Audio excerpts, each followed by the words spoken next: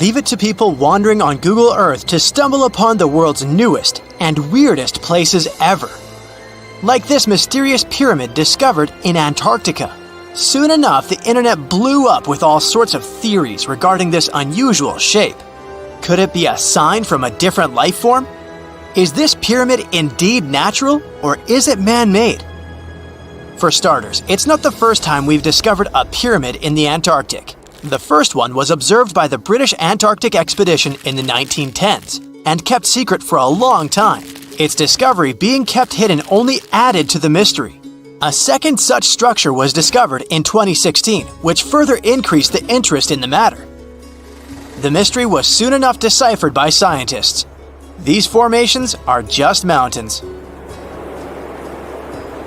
They're located near the Ellsworth Mountains, a range over 250 miles long, so they're just mountain peaks that have broken through the ice sheet. As for their particular shape, it's just a coincidence. Pyramids are found throughout nature. The Matterhorn in the Alps and Mount Ballenstinder in Iceland, for example, are quite similar in terms of shape. As for the official name of these peaks, they're called nunataks, or peaks of rock peeking through a glacier or an ice sheet. Antarctica has way more incredible features, like the fact that it's home of 60 to 90% of the world's fresh water. That's because its ice sheet is the biggest on our planet, stretching across 5.4 million square miles. I'll spare you the calculations, but that leaves only 1% of the continent ice-free. Antarctica's ice reaches 2.7 miles thick at its deepest point, meaning half the height of Mount Everest. Should it ever melt completely, our sea levels would rise to roughly 200 feet. It wasn't always this cold, though. At some point in our planet's history, Antarctica had some average temperatures as the city of Melbourne has today. It took a lot of research, but scientists figured out that Antarctica's temperatures could have reached up to 62.6 degrees Fahrenheit. Sure, that was 40 to 50 million years ago, but if you think about it, it was at the same time when dinosaurs roamed our Earth. Time is also different on this icy continent. All the lines of longitude that help us calculate different time zones merge into a single point at the South Pole. Here, there are 6 months of daylight in the summer, followed by 6 months of complete darkness during the colder season. So, scientists working here stay, on average, in the same time zone they've come from.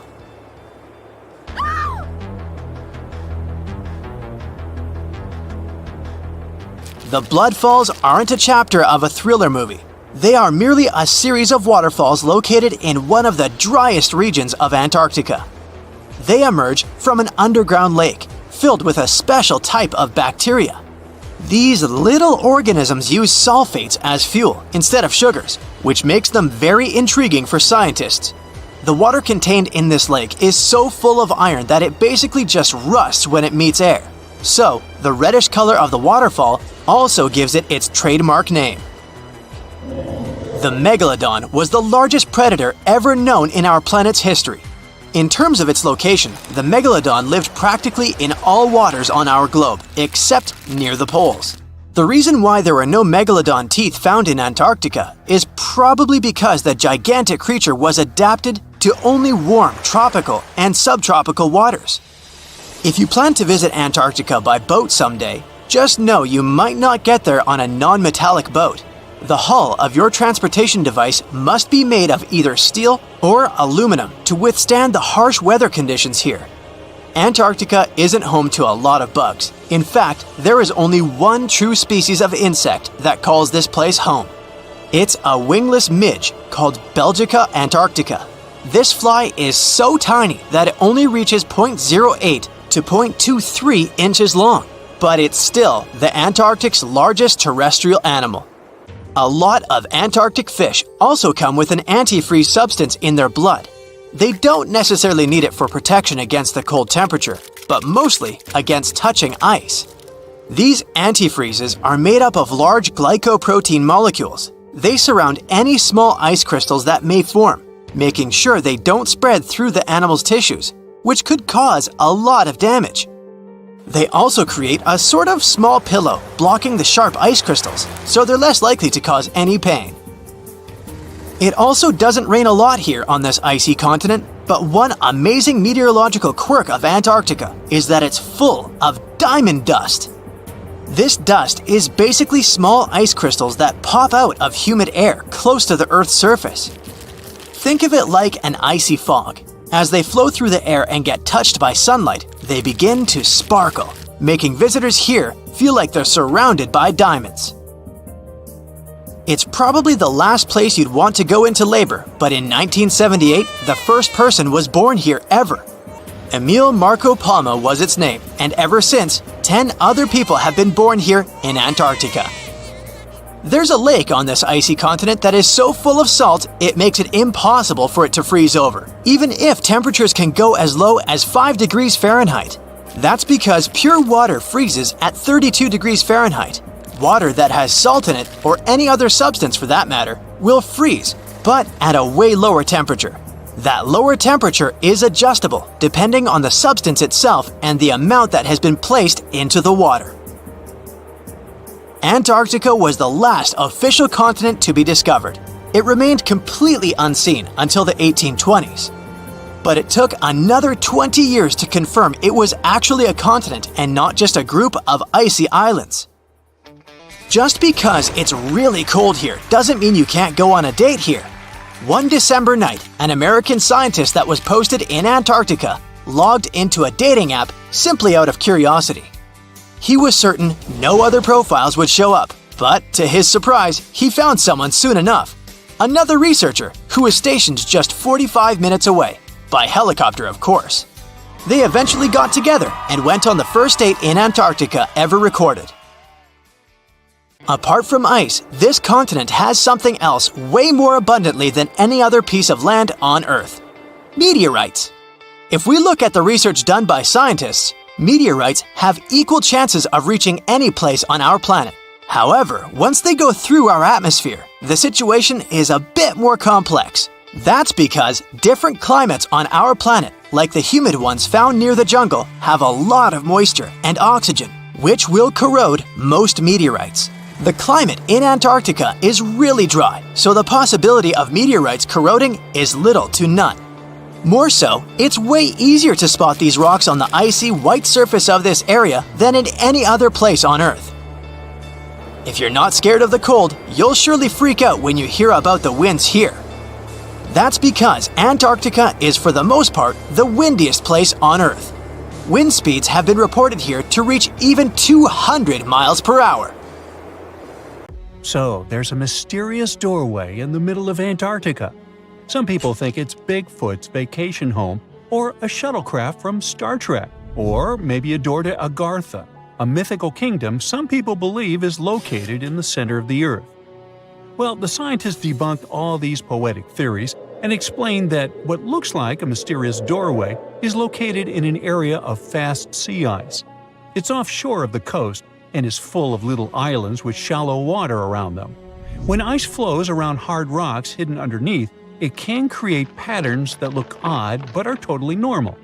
In this spot, the ice is thin, so the rocks underneath have a big effect on how the ice moves. The cold winds in Antarctica also shape the ice and snow and make it look like they're lines and shapes. So, the mysterious doorway is just a rocky ridge poking out because the ice has melted a little. The top of the doorway is the tip of the rock, and the sides are snowy trails left by strong winds blowing in the same direction. It's essentially an iceberg that got stranded and is melting in one place. One YouTuber found another out-of-place mysterious object more than 150 miles off the shore of Antarctica, a 400-foot-long ice ship. The internet went wild with theories like that the ship must have ended up there right from the Bermuda Triangle. But there was no scientific proof that it was a ship and not just a large chunk of ice. And once some other internet users revisited the place, they noticed the ice melted in the summer and the hypothetical ship was gone. Another mysterious Google Maps find in Antarctica was a pyramid. And before you make up an exciting theory about how the ancient Egyptians built a secret base here, I have to tell you it turned out to be just a mountain. It's part of the tallest mountain range in Antarctica that stretches for almost 250 miles. It's not the first pyramid on this continent, as explorers from the British Antarctic expedition found another unusually shaped mountain and nicknamed it the Pyramid. But this one didn't even have a pyramid shape. Here's one Antarctic find that definitely won't disappoint you: a giant ice shelf that reminded scientists of the Grand Canyon. A special submarine robot named RAN covered over 600 miles under the thick ice and brought back some amazing footage of icy mountains, valleys, flat plateaus, and swirly patterns made entirely of ice. One of the strangest things RAN found was giant bowl-shaped holes, or scoops, in the ice. Sadly, scientists lost track of the robot. They think that curious Wendell seals may have accidentally bumped into RAN and caused it to get stuck. To save energy, RAN probably shut itself down, and the scientists couldn't find it again.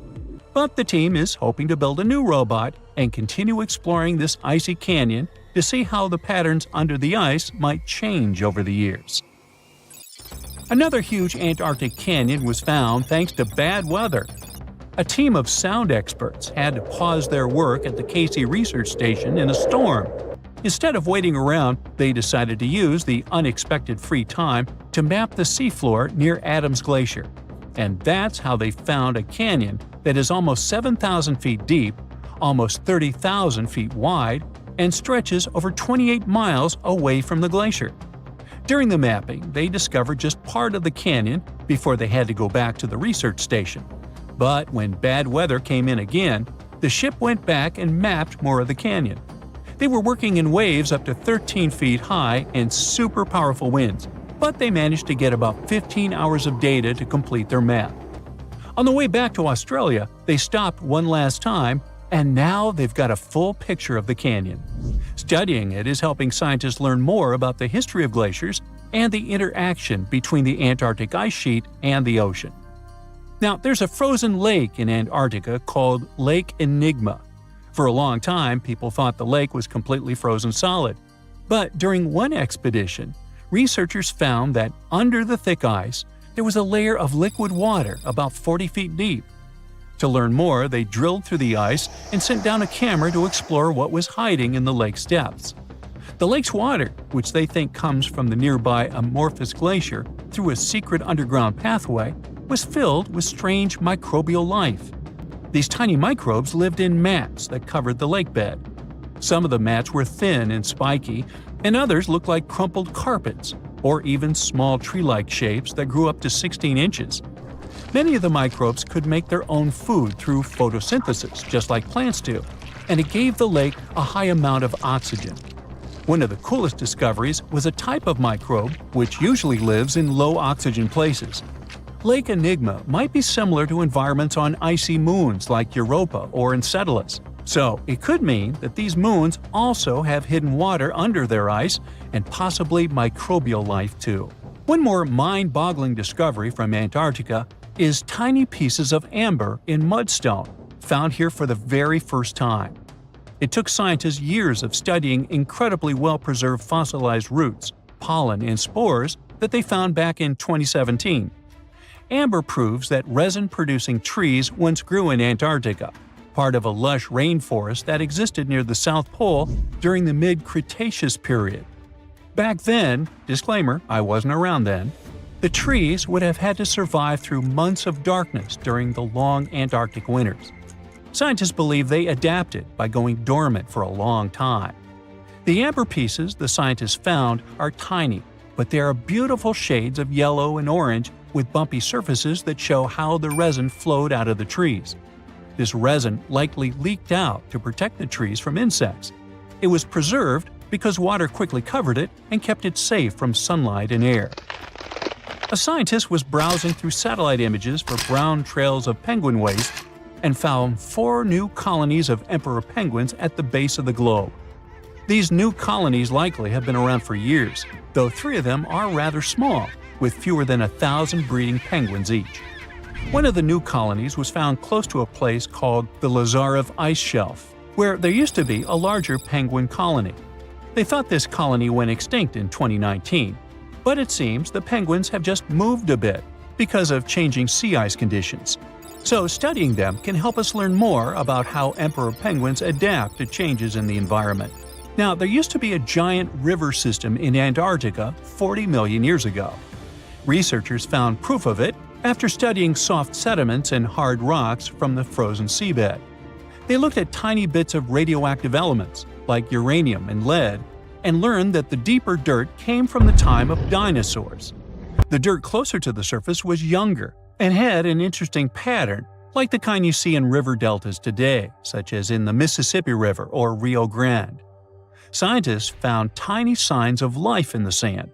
The river that once flowed here started in the Trans-Antarctic Mountains and traveled 930 miles before it reached the sea. Researchers kept studying newer layers of dirt from about 20 million years ago.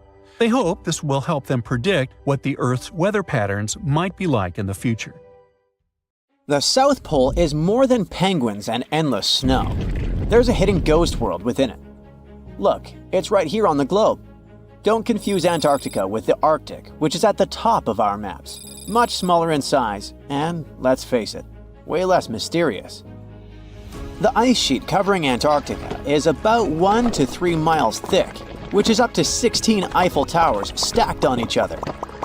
This massive blanket hides the true features and contours of Antarctica's land. We still don't know much about this mysterious continent, and it is ice and snow that are to blame. We still don't even know the true shape and size of this continent. Mapping Antarctica without some huge shovels is an incredibly hard task. But satellites learned to penetrate the ice with their cameras. And now we know there's actually an enormous, dramatic ancient landscape beneath the snow. The ghost of the past. About 90 million years ago, Antarctica was a much warmer place. It was actually a lush rainforest with tons of plants and probably teeming with life. It even had rivers flowing through it.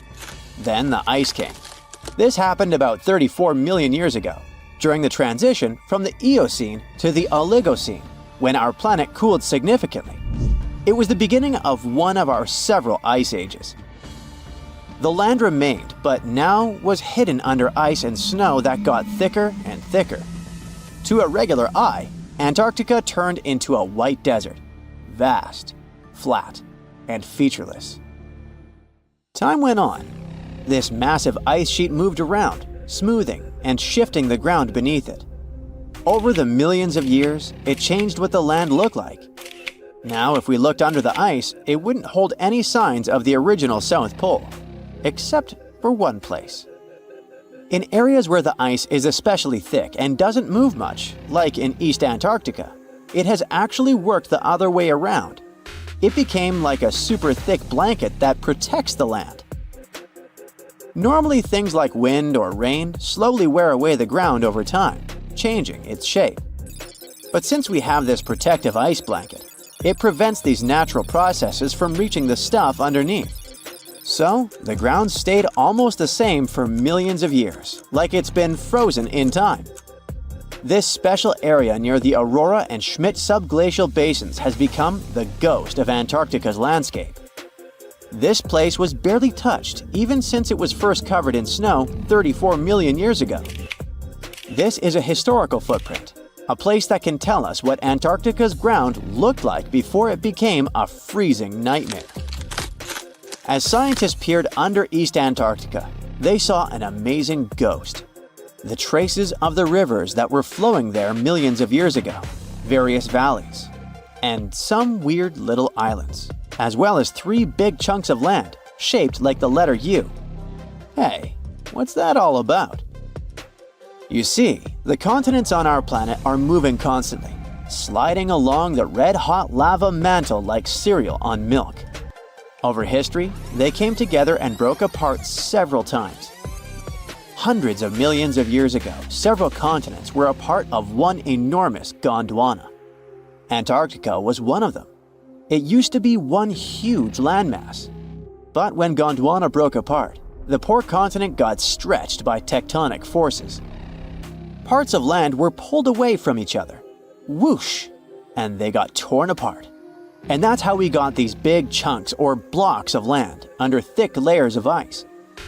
In any case, Scientists now want to explore this ghost a bit more. But to study it deeply, they need to actually drill down through the ice, like using a straw to get to the bottom of a thick shake. This will help them pick up some rocks and dirt from way below to learn more about the Earth's history and climate. Antarctica is the 5th largest continent in the world, approximately bigger than the entirety of Europe or Australia, competing with the entire South America in size. Aside from East Antarctica, we discussed there are several more regions: Antarctica Peninsula, South Pole, West Antarctica, and the Ross Sea.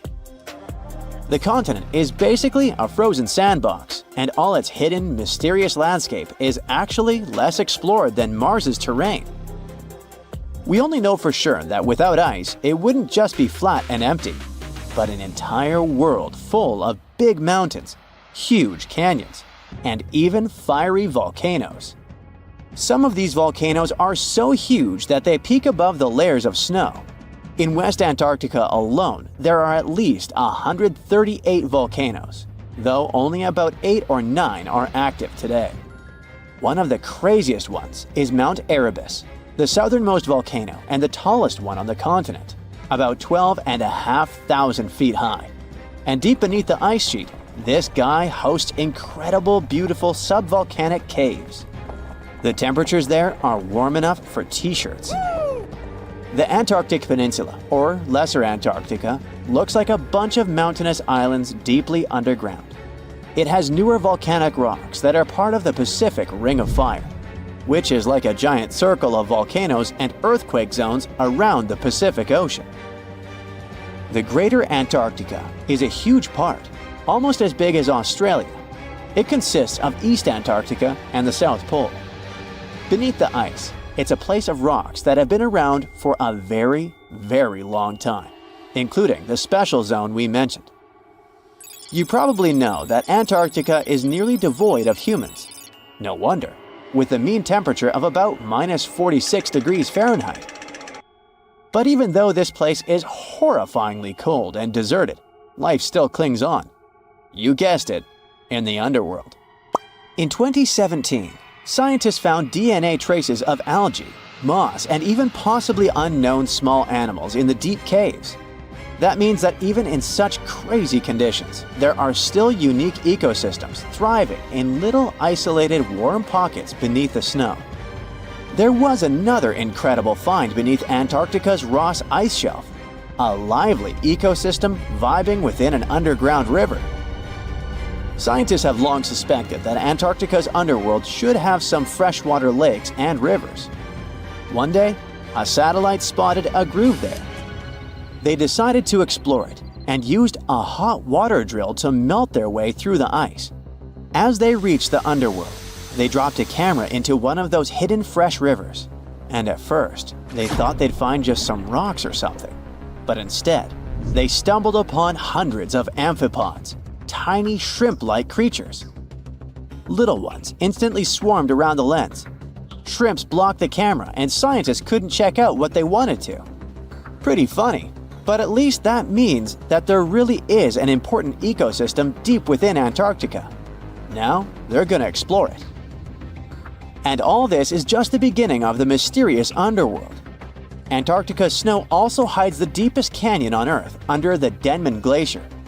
Well, Mariana Trench is still the deepest point on Earth, but it's a part of the oceanic crust, geologically speaking. Also, in 1958, explorers found a huge mountain range under the ice, as big and tall as the famous Alps Mountains. The range stretched for about 745 miles with peaks as high as 1.7 miles. And all this magnificence is buried under tons of ice. Who knows what else we might find there? Antarctica holds about 60% of our entire planet's fresh water, which means it would be pretty bad if it melted. For example, there's this Doomsday Glacier, officially known as Thwaites Glacier.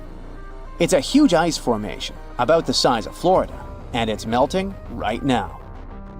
Every year, the sea levels rise by 4% because of it. If this guy melts away completely, the sea levels all around the world will increase by 2 feet, which might not sound like a lot, but it would be catastrophic for coastal areas. Luckily, researchers have found that even if its ice shelf were to collapse in the next 50 years, the glacier itself wouldn't retreat as quickly as they feared. It's still losing ice rapidly, but it would be quite a slow process. This sleek, state-of-the-art submarine named Ran was sent to explore the depths of Antarctica. But as soon as it discovered something, it mysteriously disappeared. So, what happened? It all started when scientists wanted to explore one of the most remote and mysterious places on Earth, the Dodson Ice Shelf in West Antarctica. This ice shelf, silent giant, stretches 30 miles wide. That's almost the length of New York City. It stands between two icy promontories, the Martin and Bear Peninsulas, and it hides an entire world of geological mysteries. If you think that Antarctica is nothing but a desert of super thick snow and ice, you're wrong. There are entire landscapes hidden deep down there. The underside of the Dodson Ice Shelf is a rugged, dynamic terrain shaped by the slow, relentless forces of nature. There are towering ice formations, deep troughs, and bizarre structures stretching for hundreds of feet. Scientists are super curious about it, but as you can imagine, this landscape isn't easy to explore at all. To find out more, we have to scan the area with satellites or try drilling through the snow, trying to collect the big picture, piece by piece. But these methods only gave us vague hints. The real breakthrough happened when scientists came up with the idea to let the submarines explore it.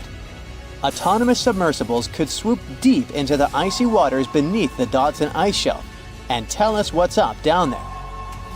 These robotic explorers have fantastic advanced sonar systems. It's that thing that bats or dolphins do. They can use sound to see the world.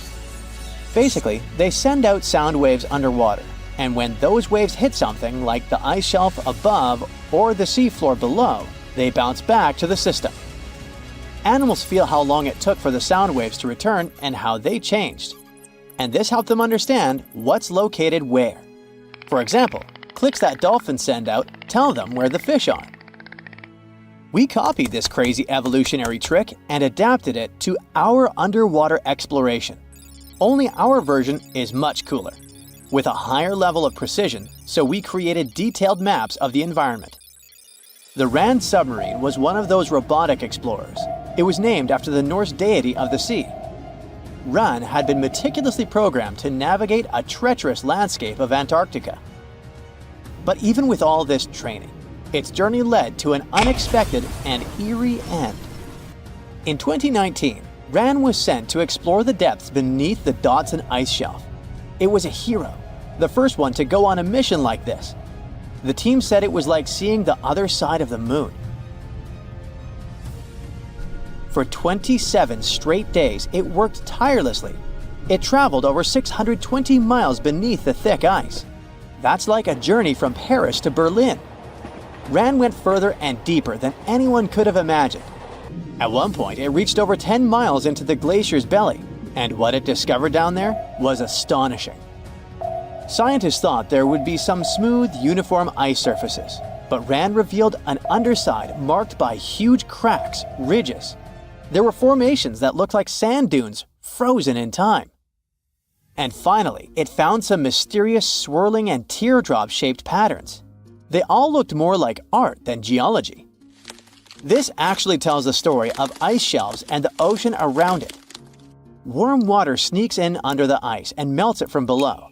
Sometimes it smooths the ice out, but other times it carves out these weird, uneven shapes that look like patterns and drawings.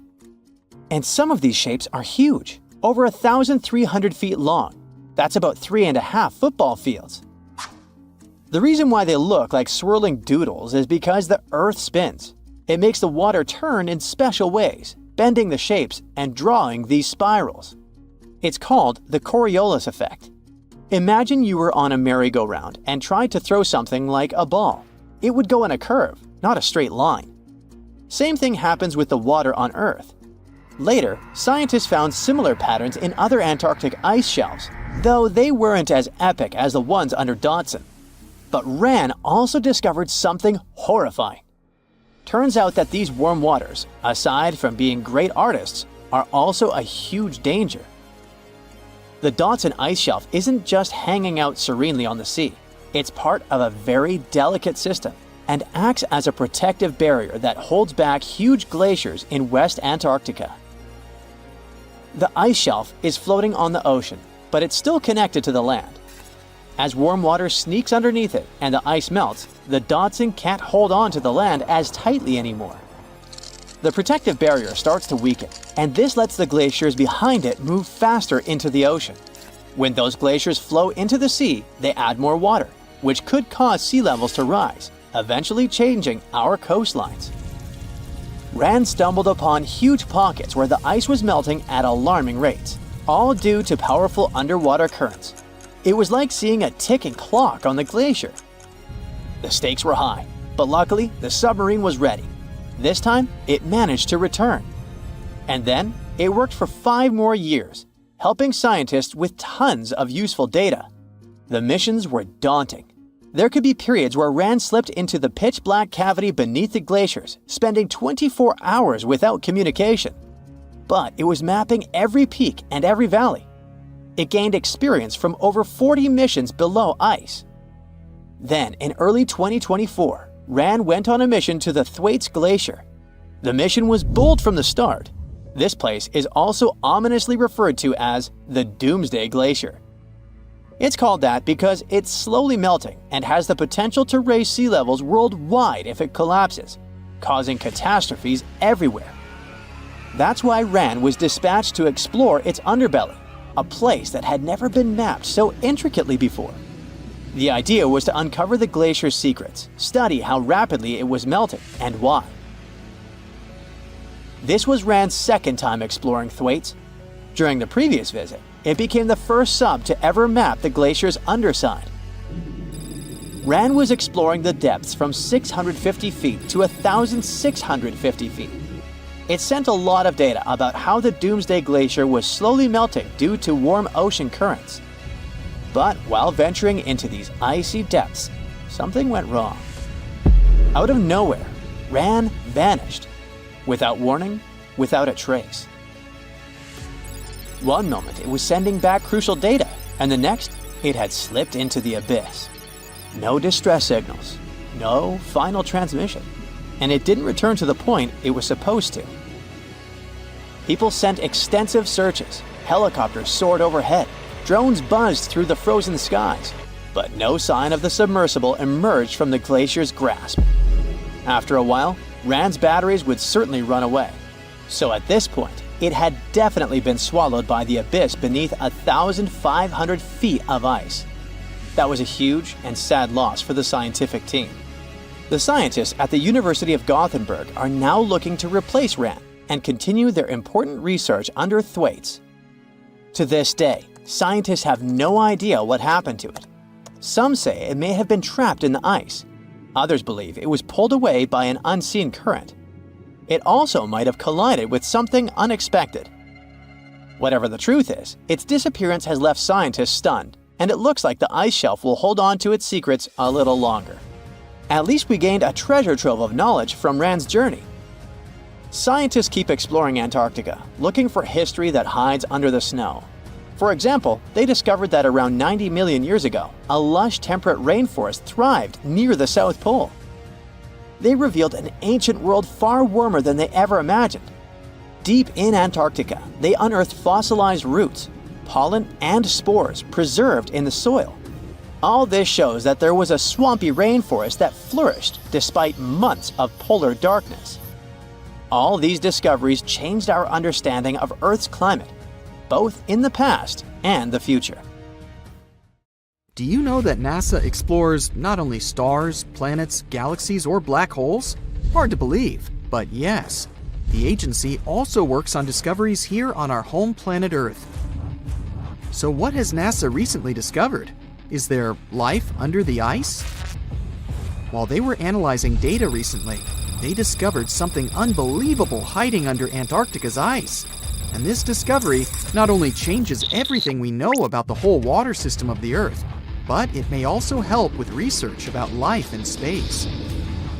Humankind's existence might depend on understanding Antarctica and its secrets. So, the recent discoveries reveal vital information about our survival.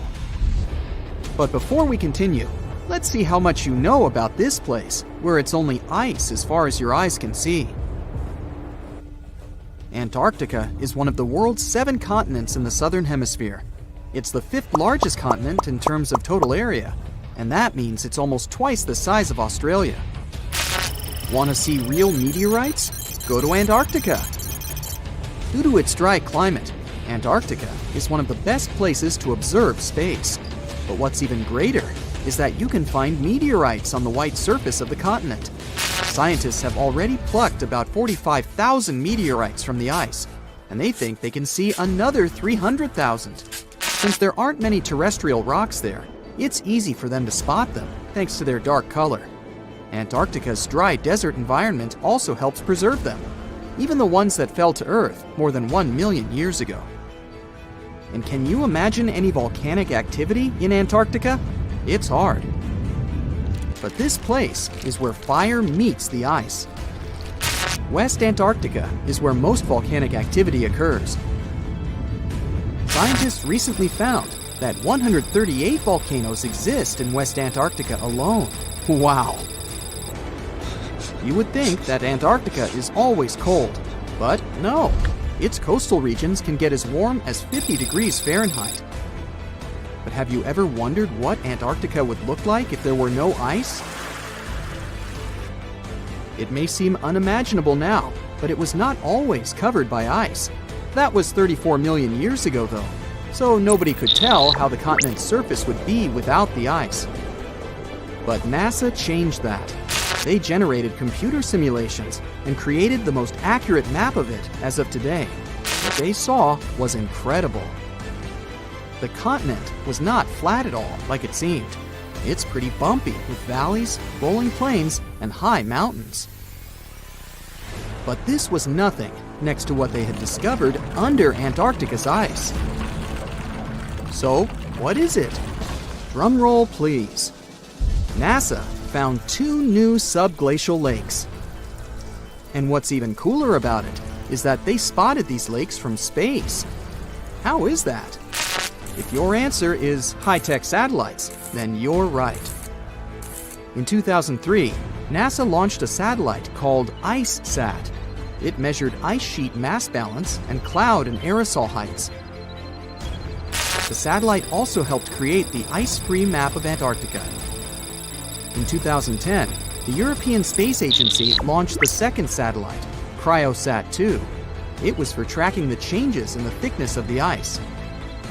Then, in 2018, NASA launched the third one, IceSat-2, a follow-on to the IceSat spacecraft. It measured ice sheet elevation and sea ice thickness. It was NASA's most advanced Earth-observing laser instrument. It delivered the highest precision data.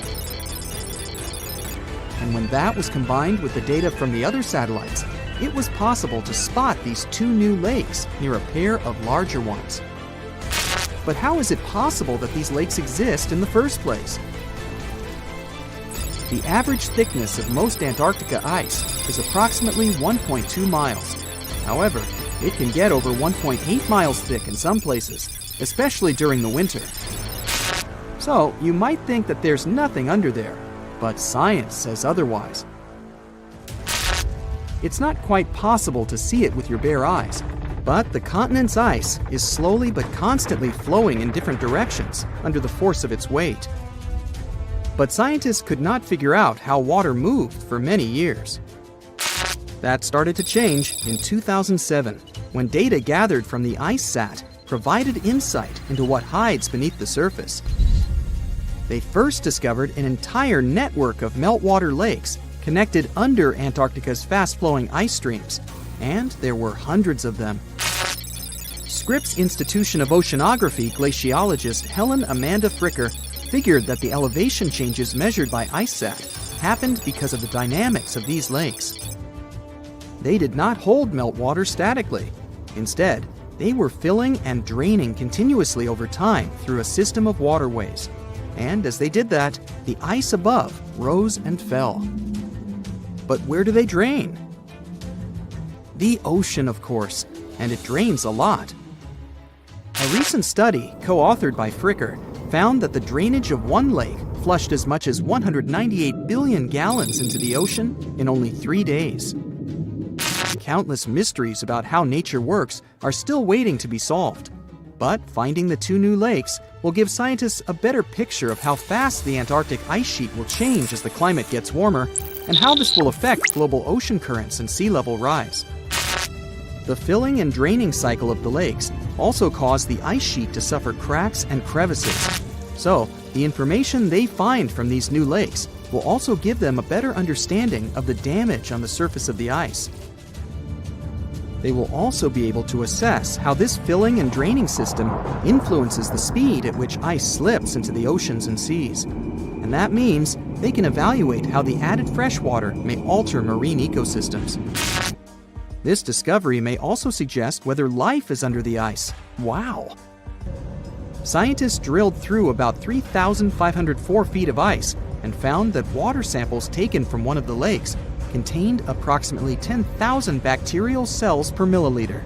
Such a high number of bacterial life is a good sign, because that means the icy waters might also support higher life forms, such as microanimals, and one of these new lakes might even be their home. But the most exciting thing is that the new lakes might help them understand whether life on other planets is possible. Scientists believe any life below the frozen surface of the planet Mars might follow the patterns seen in Antarctica's lakes. So, there is a possibility that they might find critical new information on the type of life that may have existed on the red planet. You wouldn't want to be there during the winter, though. The lowest temperature on Earth you can experience is negative 128 degrees Fahrenheit. In 2010, there was an even lower temperature of negative 135 degrees Fahrenheit, and you may feel this cold much worse due to the strong and dry winds. Did you know that the size of the ice surface on Antarctica also changes throughout the year? It's about 1.2 million square miles during the summer, but when it's winter, it grows to 7.3 million square miles. Yet, despite the change, it remains the largest piece of ice on Earth. Sorry, Arctic, you lose. Do you know these cute little penguins? Consider these animals the locals, because there is no native population in Antarctica. It's a no man's land, because no single country owns it. But do you know who really owns it? 5 different species of penguins, seals, and killer whales. Ha. Despite the continent's harsh conditions, you can visit it as a tourist for fishing and research purposes. Around 5,000 people reside on the continent during summer at research stations. But when winter comes, the number naturally drops down to 1,000. Antarctica's ice blanket makes up 70% of the world's freshwater reserves. Imagine what would happen if it melted. The global sea levels would be raised by almost 200 feet. Look at those lush coniferous forests and tundra. What a wonderland. You may have mistakenly thought it's Canada, but it's not. It's Antarctica, about 34 million years ago.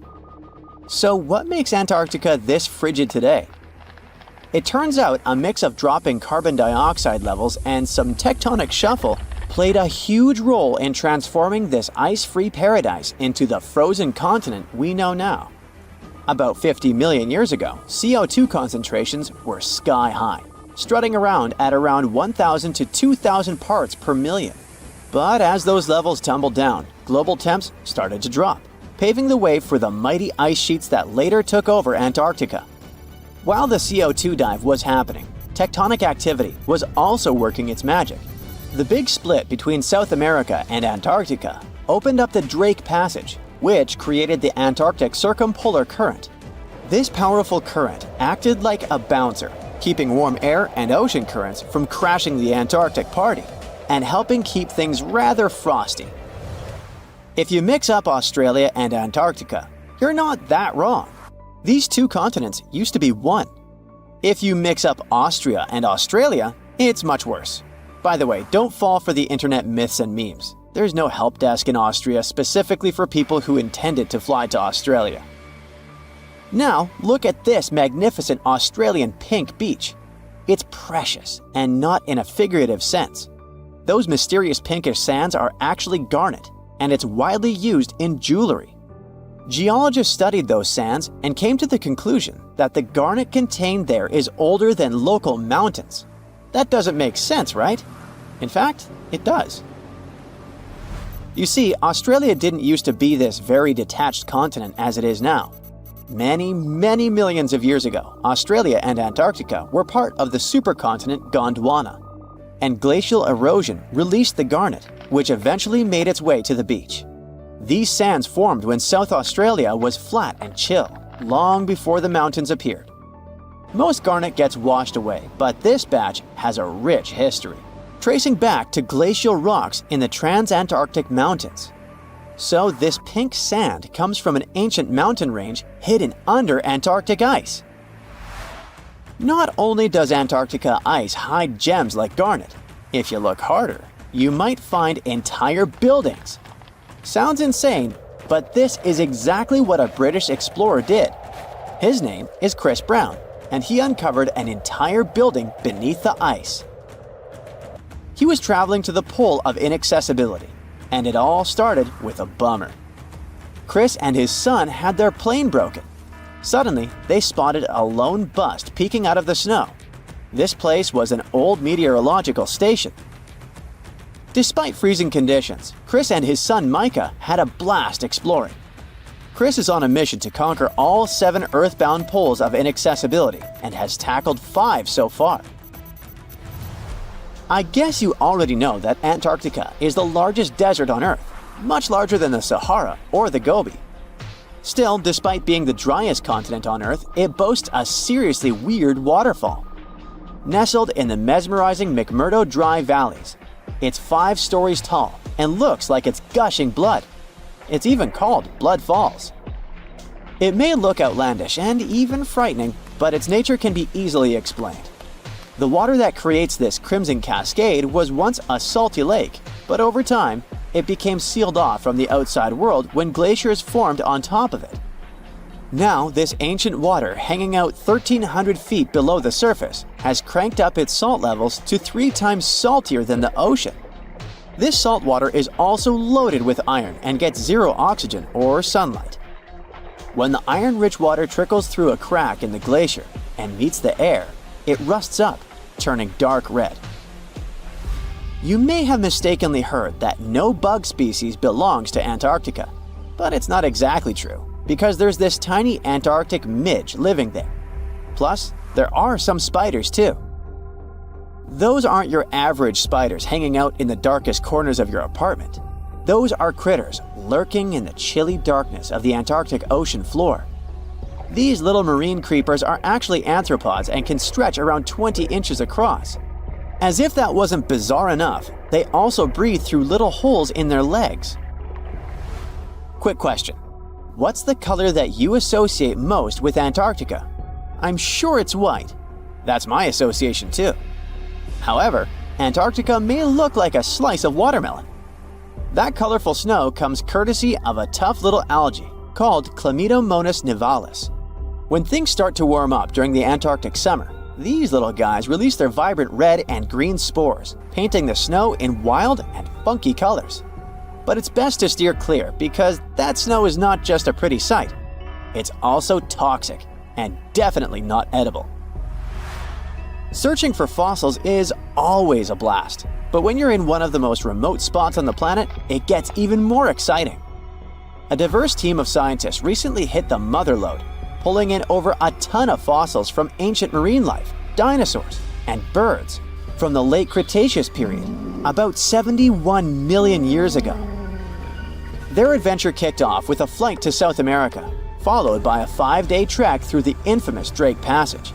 Upon reaching Antarctica, they set up camp using helicopters and inflatable boats. You might be thinking, why dig in Antarctica with all that ice?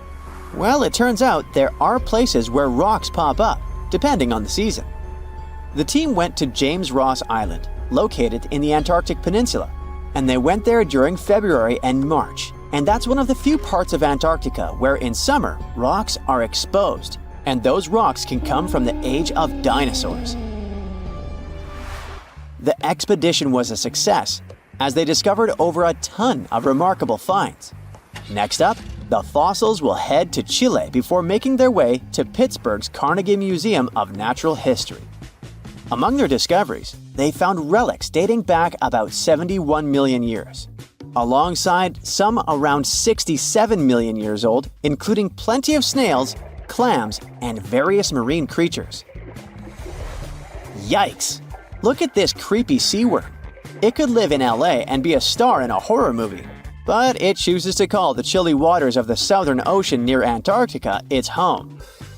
These worms can grow up to 8 inches long and 4 inches wide, but don't let their spooky exterior trick you. Research suggests they might actually be superheroes in disguise, playing a vital role in keeping ecosystems buzzing. Now, see that head? It's not really a head. It's just a retractable throat that helps this toothy creature chow down on its meals. Antarctica has many creepy critters to offer. Let me introduce you to the Antarctic strawberry feather star. It's not like Patrick from SpongeBob, though. It's more like a deep-sea creature straight out of a horror movie.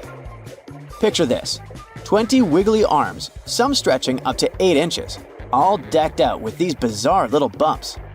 Yikes indeed. Back in 2014, scientists buried 34 seismic monitors in the snow on the Ross Ice Shelf, which is huge. Think of it as an ice slab the size of Texas, just chilling over the Southern Ocean. These clever little machines picked up a nearly non-stop buzzing. Even though our human ears usually can't catch these low-frequency sounds, scientists have worked their magic and made them audible for us. They even shared the creepy audio online. A glaciologist from the University of Chicago says that if you could hear this vibration, it'd sound like a swarm of cicadas taking over the backyard in late summer. But these glacier explorers weren't trying to capture spooky tunes. They're actually on a mission to monitor the Ross Ice Shelf because things are heating up, literally, and the ice is melting faster than ice cream on a hot day. Ice shelves are like Earth's safety plugs, keeping all that massive ice from surging into the ocean. So what exactly is making all that noise? It's likely just strong winds whipping across ice dunes, creating a kind of natural vibration. They say it's safer to get someone on the International Space Station than to evacuate someone from Antarctica in the winter in case of an emergency.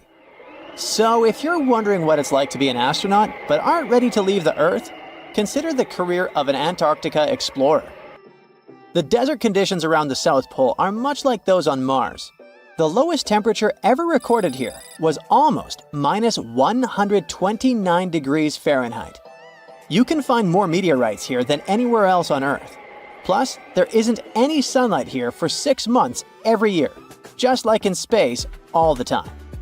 So, NASA scientists use this land to test their space robots, to design the best astronaut meal plans, and to know what it would feel like to fly to another planet in complete isolation.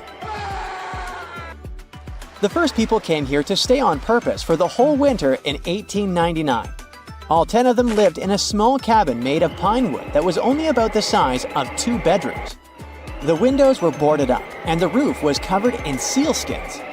Heavy coal held it down to stop the wind from blowing it away. Even though it was tough, all the men survived except for one. More than 100 years later, the little hut is still standing and is the oldest building in Antarctica.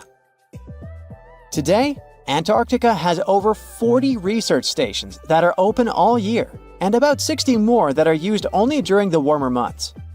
In the summer, up to 5,000 people live here doing their research. The places where they stay are much more comfortable than they used to be. No need for sealskins anymore. Belgium's futuristic Princess Elizabeth Station stays warm using sunlight and heat from people and electrical appliances. It's covered in shiny metal and built on strong rocks, with walls that are more than 1.5 feet thick. These walls have 9 layers of different materials like wool, paper, and wood. The temperature inside stays at a comfy 68 degrees, even when it's freezing at minus 58 outside. The eco-friendly station uses wind turbines and solar panels for power. and it makes more energy than it really needs. Brazil's Comandante Ferraz station is divided into 3 levels, kinda like a themed hotel. The top part is 30 feet tall and has bedrooms, restaurants, and other facilities to live comfortably. The middle part, which is almost 20 feet tall, is used for science experiments and maintenance. The lowest part, about 8 feet high, is where they store things and park vehicles. It also has video conference rooms, libraries, and living rooms. The station's height can be adjusted depending on the temperature and melting ice, so it stays safe and comfy for the people living there. This design also helps to minimize the impact on all the wildlife around it. Another interesting station is Britain's Halley 6 Antarctic Research Station, which looks like a robot from Star Wars. It's made up of 8 separate sections. The station sits on tall legs that allow the wind to blow the snow away. This way, it isn't stuck to the ground. The bottom is shaped like sleds, so they can move the station around when needed. This is important because it sits on a huge moving glacier, which slowly pushes it towards the sea. The station sleds let it be moved back regularly for important studies, like observing the atmosphere. This is the first research station that can be fully moved like this. Some scientists don't stay at research stations, but live in tents on the ice for days. They spend around half of the time trapped inside because the wind blows some serious amounts of snow on the tents and blocks the exit. They say it feels like exploring space. One earthly question, though, is how they use the bathroom while out exploring in Antarctica and not at a research station. There aren't any real bathrooms unless you bring or make one. Some explorers use a special tent just for that, or build snow walls or igloos for privacy. All waste has to go with them when they get back to the research station. You can't just leave the waste in the wild there, according to the Antarctic Treaty System that regulates all human activities. It could harm the local environment. So, at the end of the season, they send it back to their home country in special containers. So nothing stays in Antarctica. Each research station gets its fresh water in different ways.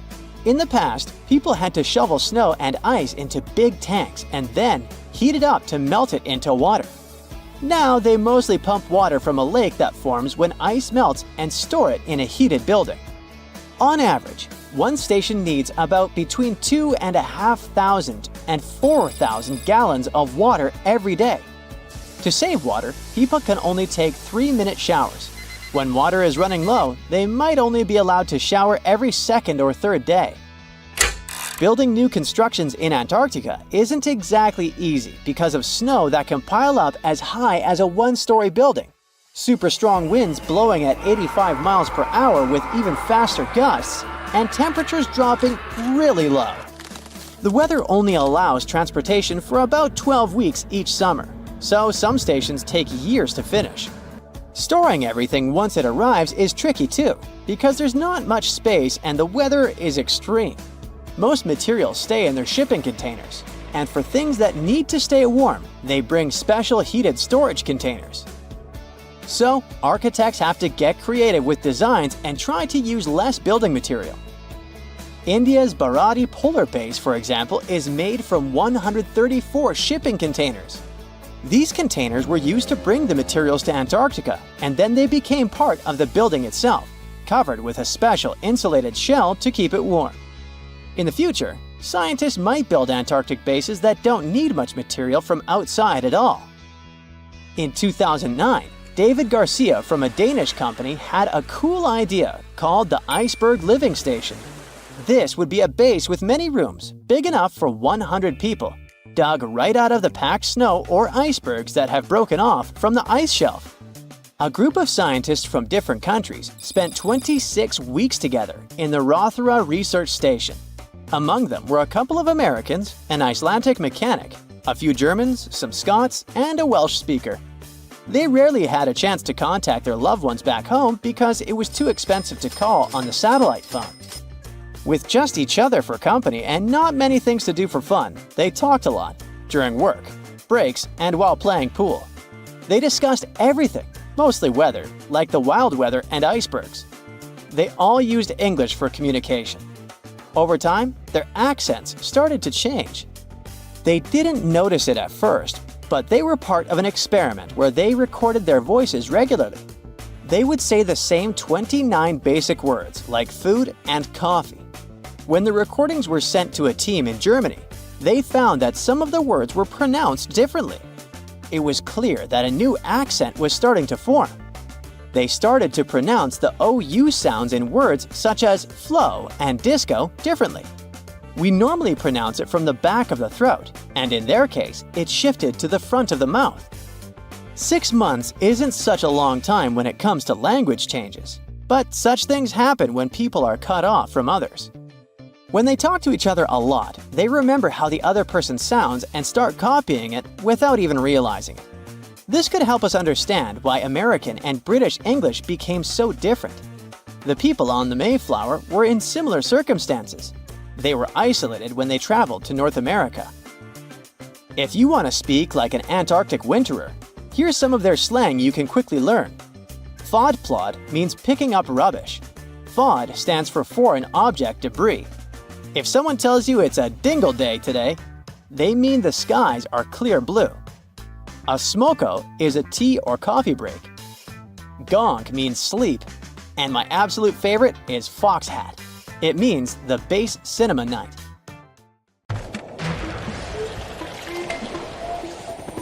There's not much to do in Antarctica except scientific work.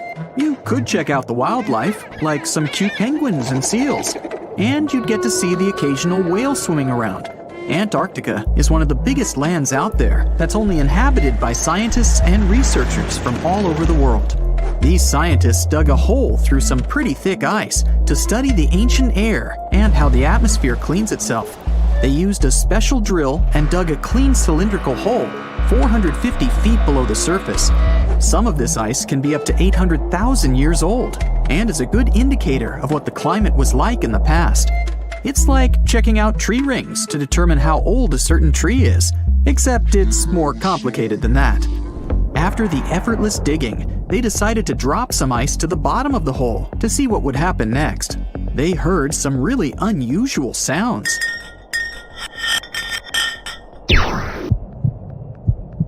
It felt like being on a spaceship traveling through a bunch of obstacles with many rocks smashing into each other. The pitches changed over the quick descent of the block of ice, ranging from high pitch and ending with a low heartbeat-like sound. The scientists were puzzled when they first heard this and dropped some more ice, only to find out that the same type of sounds were being produced, just in different variations.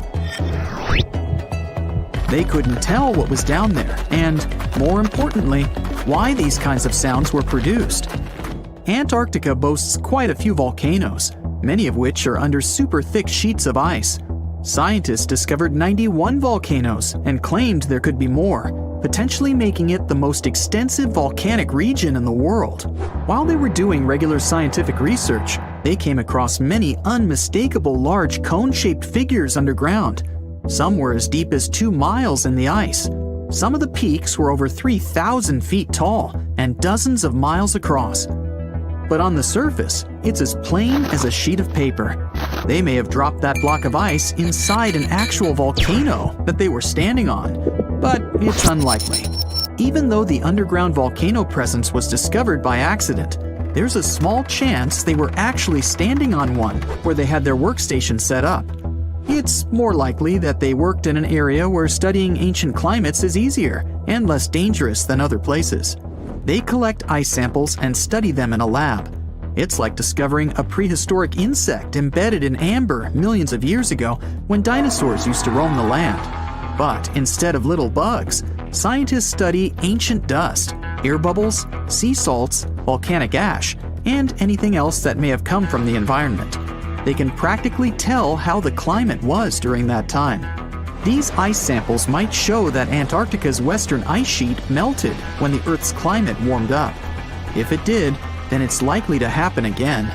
That would mean sea levels rising, affecting coastal cities and small remote islands. But scientists aren't sure it's true, despite some evidence to back it up. The process of studying ice samples can take a week or even a year, depending on what they find. They crush or melt the sample bit by bit. And like those tree rings, The deeper the layer, the further we go back in time.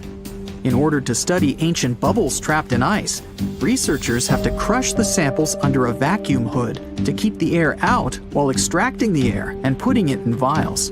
There are various instruments and devices to study the ice samples, but because it's so sensitive to damage, each measurement must be in a clean room setting so that nothing gets compromised. The scientists have to wear proper bodysuits and many layers of gloves and constantly get ventilated. Even something as tiny and insignificant as a fingerprint can ruin a sample. They look for certain patterns to see changes in the atmosphere's composition and temperature. But dropping a few blocks of ice down a hole wouldn't be so bad. The reason why it made such a peculiar sound is the same reason why a moving car sounds different when it's honking than when it's stationary. The scientific word for it is the Doppler effect. It's an obvious change in the frequency of a wave with respect to an observer who is moving relative to the wave source. The effect doesn't mean the frequency of the sound changes, it just shifts. And this can be said about other types of waves, like water and light. But sound waves are the most popular ones when it comes to the Doppler effect. So, when the scientists dropped the ice block down the bottom of the hole, the sound waves traveled back up and bounced around the narrow tube where they drilled. That's why they got the pew pew sound. Let's not forget that this ice block traveled 450 feet beneath us. Oil ships dig holes in the oceanic crust that go thousands of feet beneath the Earth. The Kola Super Deep Borehole in Russia is the deepest hole ever made by humans. It goes more than 40,000 feet below the surface and took almost 20 years to reach 7.5 miles. Below it is only half the distance to the mantle. In terms of the whole Earth, this very deep hole is literally scratching the surface. This wasn't a hole to dig for oil, and wasn't in the ocean either. The drilling was stopped in 1992 when the engineers found out that the temperatures were 100 degrees Fahrenheit higher than they predicted. And then it was abandoned, and it's just been a barren hole now. But that's the closest we've dug to the center of the planet. The scary thing is that some of the workers on the site could hear voices coming from within.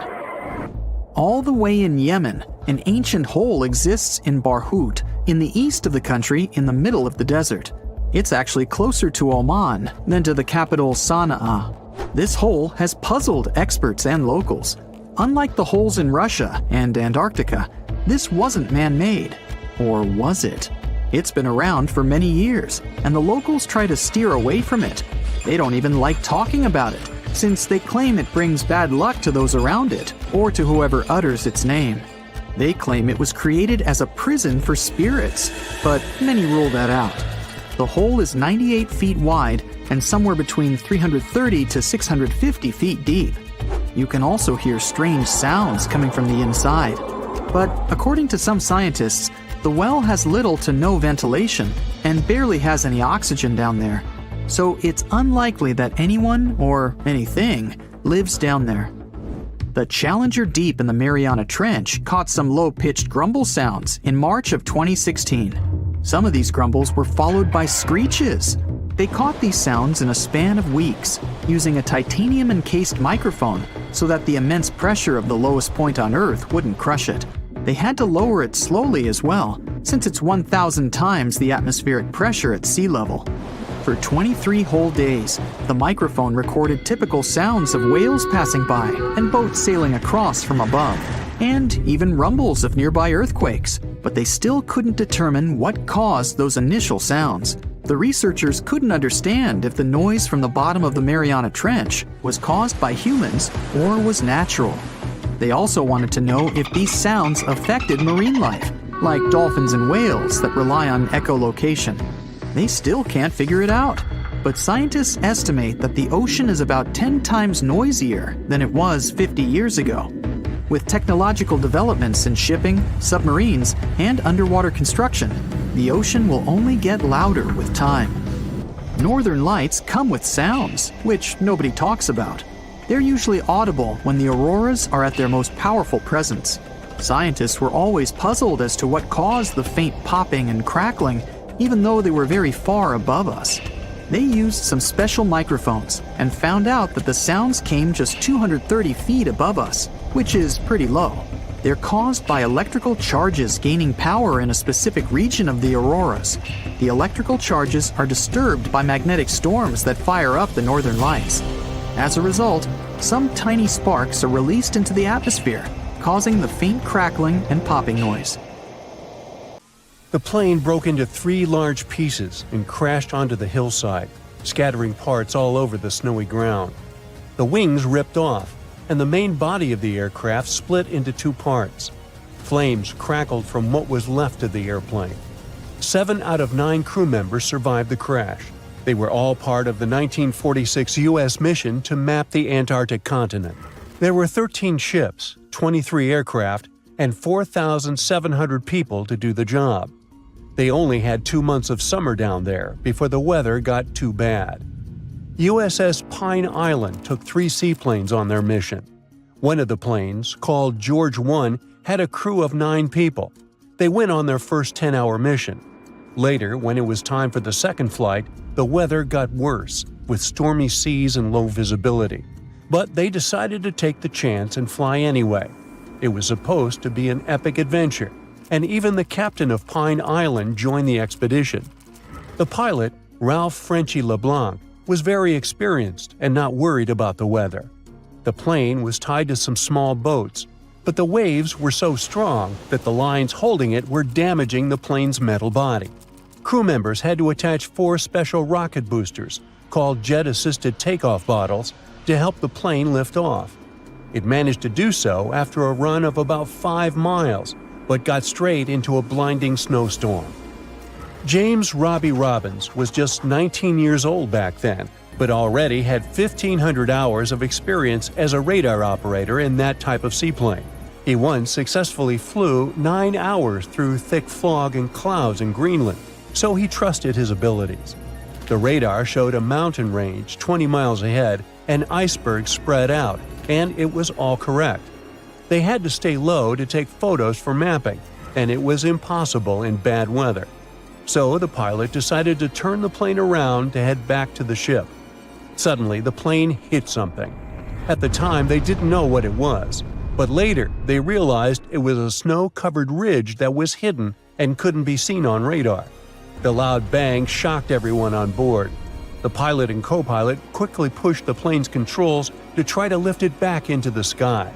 But just a few seconds later, the fuel tank in the front of the plane blew up. Collapsing with a ridge likely cracked one of the fuel tanks, so the gas started to leak. The fumes from the gas might have been set on fire by an electrical spark or the plane's hot engines. The blast was so strong that it broke the plane into 3 parts. The pilot was hurt and stuck upside down in the burning front part of the aircraft. Some of the other men were also badly injured. Some crawled out of the wreckage, and others had been thrown out into the snow during the crash. Most of them couldn't even remember the bang or the impact. The crew managed to pull the trapped pilot out of the wreckage and put him into a sleeping bag inside the back part of the plane. They also tried to help Frederick Williams, who was severely injured. They placed him on a piece of debris to keep him still and wrapped him in blankets to keep him warm. Unfortunately, even though they did their best to take care of them, Williams passed away a few hours later. Sadly, the navigator and the radio man didn't survive the crash either. 3 crew members had only 1 blanket, so they took turns staying in the middle where it was warmer. For the first 3 days, the weather was really bad. It snowed a lot, and the sky was super dark and cloudy. The crew started looking through the wreckage for anything useful. Near what used to be the back part of the plane, they found 3 big boxes of pemmican. It's a kind of emergency food that has everything you need to stay healthy, but it's not the most delicious food on Earth. Each box had about 100 paper cups filled with this special food. They also found better food in the flight rations. There were steaks, potatoes, canned veggies, bread, butter, salt, pepper, sugar, canned milk, a few cookies, and even 2 big cans of peanut butter.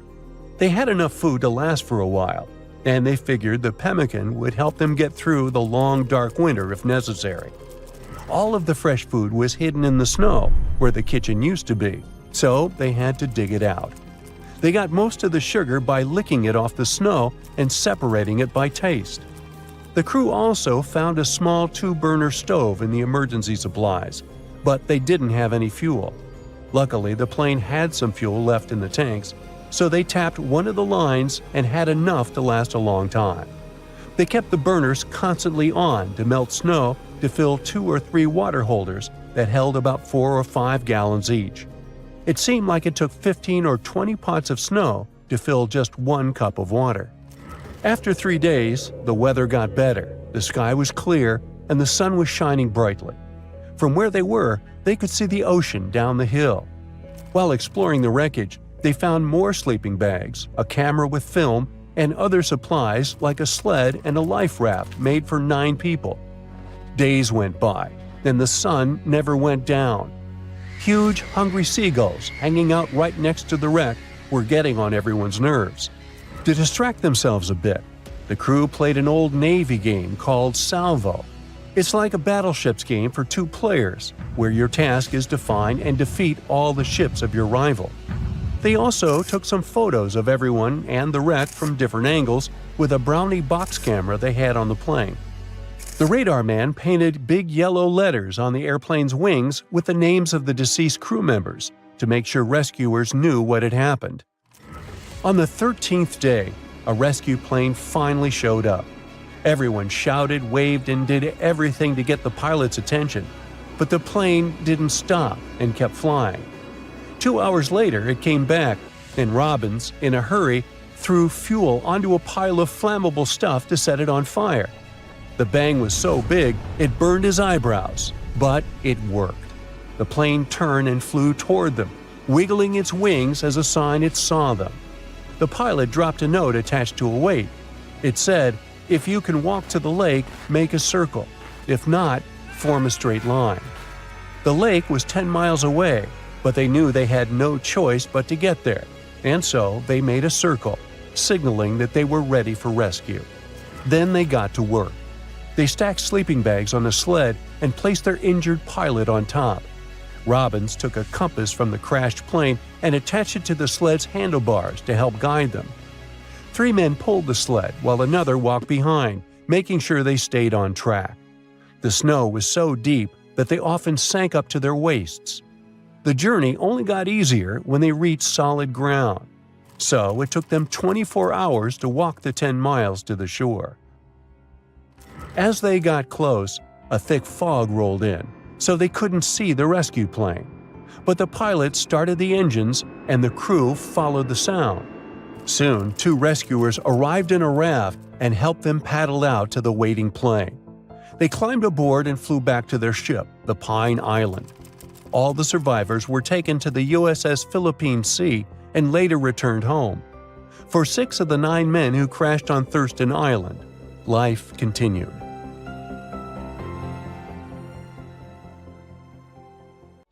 Hey, look at this rock. At first sight, it looks like a regular boring rock, the likes of which you can see when walking along the beach. Its color doesn't stand out, and its weight is pretty regular, around 4 pounds. But everything changes when you learn that this rock was born on Mars, traveled all the way to Earth, and ended up in Antarctica. Now the story sounds much more fascinating. So let's find out the details. Researcher Roberta Score, who worked on the ANSMET project, which stands for Antarctic Search for Meteorites of the Denver Antarctic Program, found this meteorite in 1984. If you want to decipher the name of the space traveler, I can help you. It comes from the place where the scientists spotted it, the Allen Hills of Antarctica, hence ALH. And then we've got the year of the discovery and the number of the sample. If you think that Roberta picked up the rock and exclaimed something like, "Woohoo, I'm holding a chunk of Mars," I'll have to disappoint you. At the very beginning, it was totally unclear where the meteorite came from. And one thing confused researchers even more. The meteor was very different from other meteorite groups found on our planet. Okay, but then how did they finally figure out it was a visitor from Mars? All thanks to traces of gas similar to those that make up the atmosphere of the red planet. We learned about its composition thanks to the brave Viking lander that carried out the necessary analysis in situ in 1976.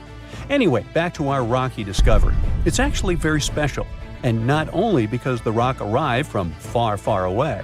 Among those several thousand meteorites found on Earth, just around 100 have likely come from Mars. And even so, our guy is different from them and seems to be part of a separate group. So let's go into the past and follow the life story of this cosmic traveler. It most likely formed around 4 billion years ago on its home red planet. One day, which wasn't very different from others, turned out to be life-changing for this peaceful rock. A meteorite impact catapulted into space, and it started its own journey as a small asteroid. At that time, it was way larger than at the moment of discovery on Earth.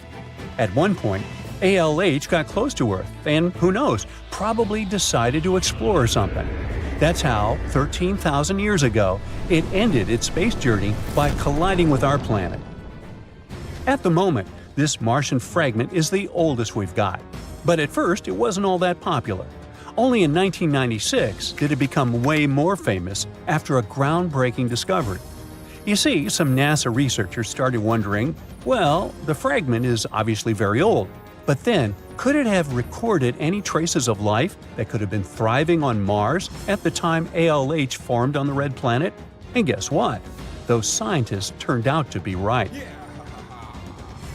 They detected traces of very fine magnetite particles. Those were completely similar in structure and chemical composition to the particles we have on Earth. They're called magnetofossils, and magnetotactic bacteria produce them. So it might mean that, at one point, there were some forms of life on Mars. In April 2020, scientists from the Japanese Space Agency made another discovery. They detected nitrogen containing organic material of Martian origin in our meteorite. So, who knows what new astounding secrets further examination of the meteorite might reveal? At the moment, though, all you can do is travel to Antarctica and find more of them. The thing is, this place is great for meteorite hunting. Surprisingly, we have found nearly 50,000 meteorites in Antarctica, and hundreds of thousands are still waiting to be discovered. Each of these space rocks can tell us a story of the evolution of the solar system. For example, the very first lunar rock found on the icy deserted continent proved that chunks of space objects larger than asteroids can also end up on Earth. So, let's say you got inspired and decided to go meteorite hunting all the way to Antarctica. Well, get ready for some serious challenges. Despite their potential abundance, finding space rocks isn't as easy as it might seem. You'll have to visit remote areas, and there's still no guarantee that you'll be able to spot a meteorite. And that's actually a huge problem. Meteorites are vanishing from sight. Currently, scientists find about 1,000 meteorites in Antarctica each year. But according to a new study, about 5,000 more get hidden out of sight every year. The culprit is warming temperatures. Worried scientists created a model that could help them figure out where those meteorites might surface. This model was quite complicated, taking into consideration snow cover, surface temperature, the speed at which ice flows, and even the steepness of the terrain. After that, they ran simulations under various warming scenarios. It turned out that meteorites indeed sank out of sight as temperatures rose. To say that the researchers were upset is obvious. They didn't expect that climate change would affect their work so much. Even though those areas are below freezing, people still managed to ruin a crucial archive of the solar system. But let's get back to your meteorite hunt.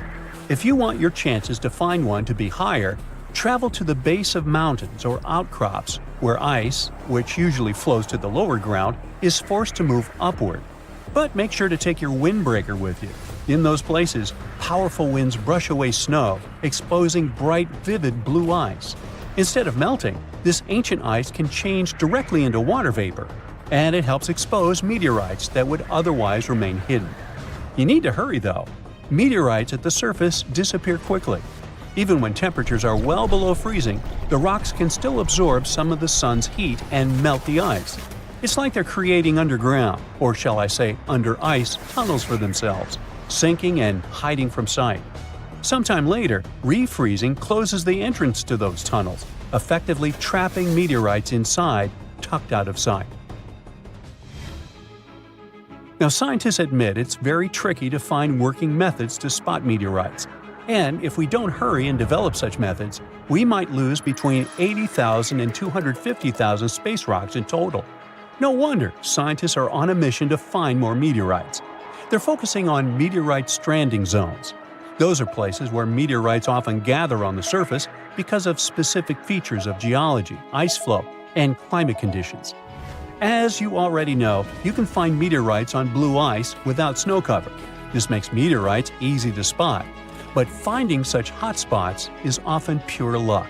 Or you gotta sit day and night, scouring maps and satellite images in attempts to spot blue ice zones near research stations. Let me introduce Veronika Tolinov, a glaciologist, and her team.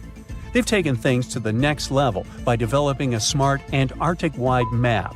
To do it, they've used machine learning and satellite data from NASA, the Canadian Space Agency, and others. This map highlights areas where meteorites might be hiding based on past finds and all kinds of climate and ice data. Apparently, the best places to find meteorites are along the edges of the continent and near mountains with blue ice. Unfortunately, it's not just the blue ice that matters. The temperature and speed of the ice flow are also super important. For example, if the ice flows too quickly, meteorites get swept away before they can accumulate. So, if you want to find a meteorite, you have to wait for very precise conditions. The surface temperature has to stay below 16 degrees Fahrenheit almost all the time. Otherwise, meteorites sink. You can start with the Allen Hills region. Yup, that's where our ALH friend was discovered. This area is kind of a meteorite gold mine with more than 1,000 finds. But there are even more promising places, like the Fimbulheimen Mountains, and no one has searched there yet. You might be the first. In any case, with this new map, researchers developed a where-to-go index that ranks the best meteorite hunting spots, making future field trips much more targeted. And with plenty of blue ice regions still unexplored, there are tons of meteorites just waiting to be found. So, what are you waiting for? Discovering hidden places on our planet is extremely exciting. Today, I'm taking you on a trip that you aren't going to forget anytime soon. But suit up, this is about to get very cold. You hop on a plane and land on the ice-covered island of Greenland. An unbelievable view of the Aurora Borealis, aka the Northern Lights, is greeting you. You can't believe your eyes. Your guide tells you how rare this phenomenon is. Usually, people spend days trying to hunt it down. You feel lucky and take your time to appreciate these beautiful dancing greenish lights. You're glad you brought your camera along, aren't you? Between clicks, you learn that the Aurora Borealis is the result of some rather rough events. This spectacular light show occurs when energy particles from the sun slam into Earth's upper atmosphere. On day 2, you continue to explore the place by air. This may not come as a surprise, but Greenland is one of the world's largest islands. This time, on board a helicopter, you can see the infinite icy landscape. In case you're curious, you're now flying over 656,000 square miles of thick ice. Oh, what's that down there? It looks like a family of polar bears. You don't want to get too close, of course. The conditions in Greenland might be too tough for people to live there, but some animal species do very well in this land of ice. Those are reindeer, wolves, and Arctic foxes. On your way to Greenland, you probably made a pit stop in Copenhagen. Denmark is one of the few countries that have commercial flights to Greenland. You didn't know this before, but you find out that the island is actually part of the Kingdom of Denmark. On a map, it's right between the Arctic and Atlantic Oceans. You're lucky to have a local pilot that tells you about the secrets hidden in this scenery. Under this 2-mile thick white surface, there's an entirely different world.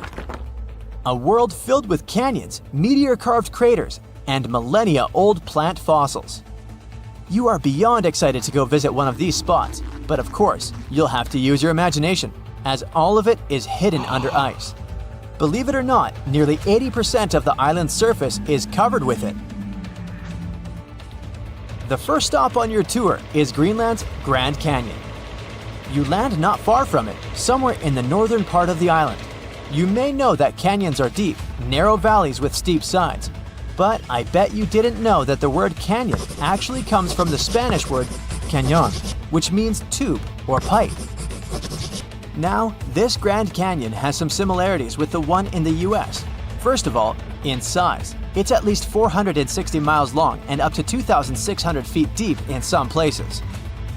There's a true subglacial valley down there, and if you're wondering how this happened, well, the canyon had probably been formed by a river that had been flowing through Greenland before the ice took over. Oh yeah, Greenland hasn't always been covered with ice. It was once green, no pun intended.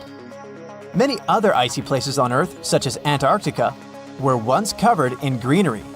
Scientists have figured out that in the past, Greenland was mostly ice-free. With the help of airborne radar, they made amazing discoveries. By the way, ice is invisible to radar technology. If you have trouble believing it, try putting an ice cube inside your microwave. It won't melt or heat up. A recent discovery of fossilized plants allowed researchers to estimate that Greenland used to be much warmer than they could imagine. 2021 research conducted by the University of Vermont found fossils of twigs and leaves, which left researchers very confused. They expected to discover sand and rocks in the deepest layer of ice, but instead, they found some clear proof of rich flora. Judging by what you've seen of the landscape, it's hard to believe that forests were once growing here. Today, you'll find some tundra vegetation on the coastal part of the island, and that's pretty much it. But according to the genetic material found in these fossilized plants, researchers believe the island used to be much greener. It's very likely that there were insect-filled forests with butterflies and beetles flying around, and the average temperature on the island varied from 50 degrees Fahrenheit in the summer to 1 degrees Fahrenheit in the winter. NASA's Operation Ice Bridge has flown over Greenland more than 100 times. This has allowed researchers to create 3D maps of the island and figure out the age of each layer of ice in Greenland's ice sheet. Ice sheets can help answer many scientific questions as they form over the span of thousands of years. They're layers of snow on top of more snow. The snow gets compacted into ice, which in turn creates what we call an ice sheet. Remember those fossils we were talking about? They're believed to be from the Eemian period, which was 130,000 to 115,000 years ago. According to the groundbreaking 3D footage from NASA, we can see 3 distinct climate periods within the ice sheet. The uppermost layer is quite flat and uniform. If you decided to dig deeper, you'd find the layer formed during the last ice age. It's more complex and rugged. The ice there is darker than what you see on the surface. If you let your mind wander, you can picture what this part of the world looked like when mammoths were roaming around. If you kept digging, you'd eventually find leftover ice from the Eemian period I've told you about. Now, canyons aren't the only unusual thing found under ice. If you could sneak a peek under all those layers of snow, you'd see an impressive mountain range and also plunging fjords. In 2017, scientists created a map that showed what Greenland had looked like without all that ice. There was a bowl-like depression in the middle of the enormous island. This depression was most likely an ancient lake. Around it, there was a circle of coastal mountain ranges. This scenery probably resembled the landscapes of modern Patagonia. Big mountains with snowy tops surrounding crystalline lakes. This ancient lake in Greenland is a wonder on its own. Imagine a pit the size of Rhode Island and Delaware put together. The lake is believed to have covered over 2,700 square miles, and back in the day, it was fed by at least 18 different streams. These crystalline blue waters were surely very inviting, and freezing of course. But if you ended up going for a swim, I'd say be careful, as the water could get up to 800 feet deep in some places. On day 3 of your adventure, you discover a true under-ice water park.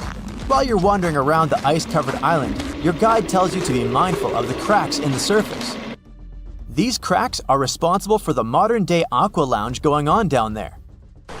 Meltwater and rainwater flow down the cracks in the ice all the way down to the riverbeds. This forms a landscape of jewel-like lakes and streams filled with crystalline water. Researchers estimate that about 60 small under-ice lakes exist there. And yes, they're actual lakes. Perhaps one of the most impressive hidden features on this island is a meteor crater. Under the Hiawatha Glacier, you can find a 19-mile-wide impact crater, big enough to swallow the city of Washington.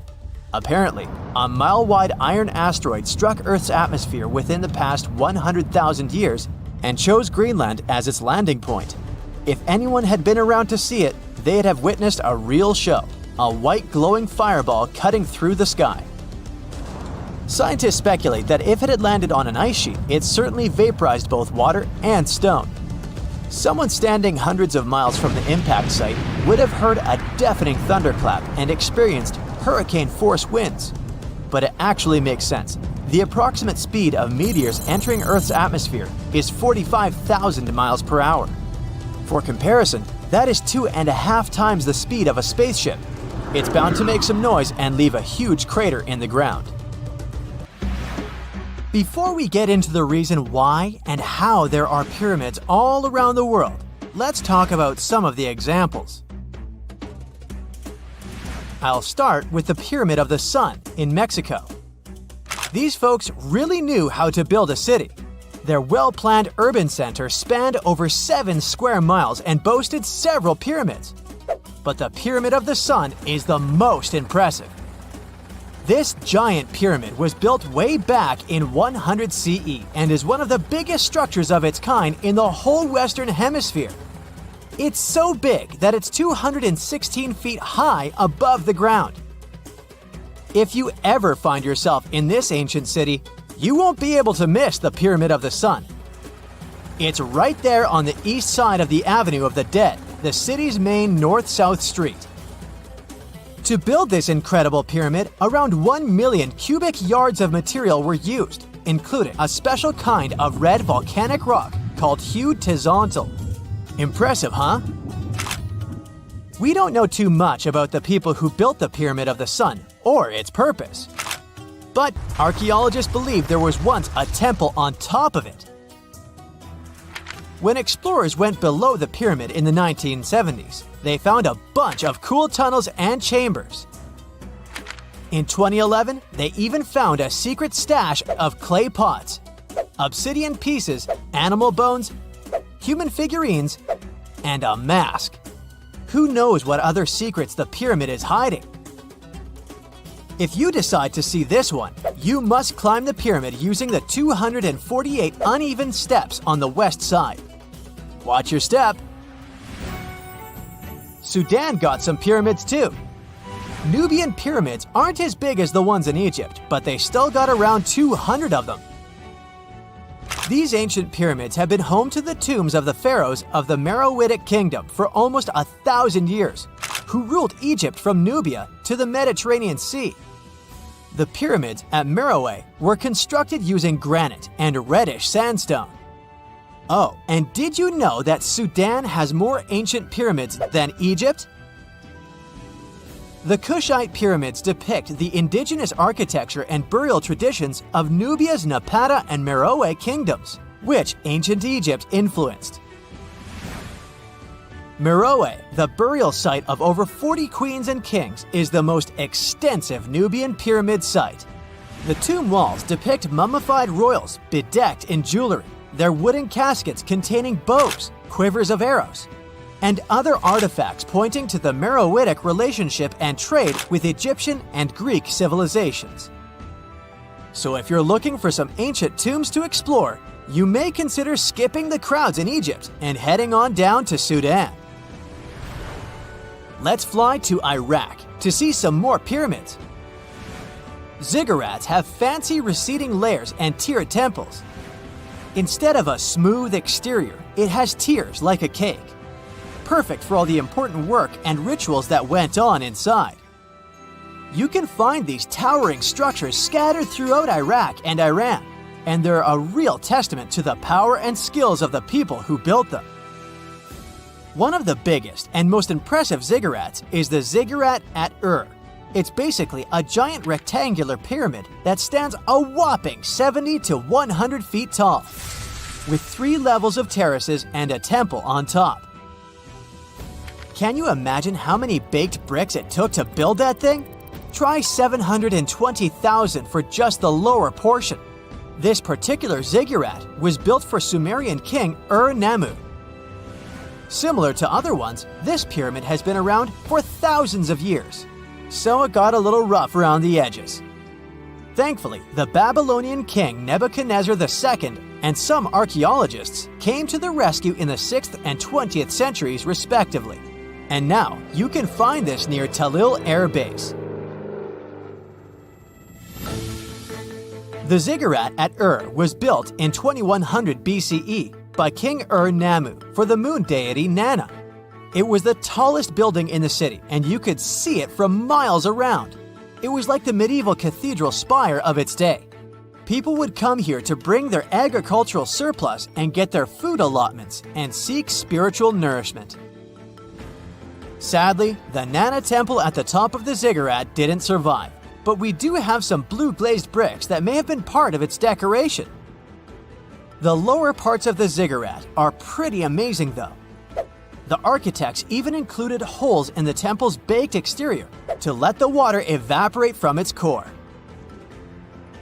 Since we explored some of the pyramids on our planet, let's take a broader perspective.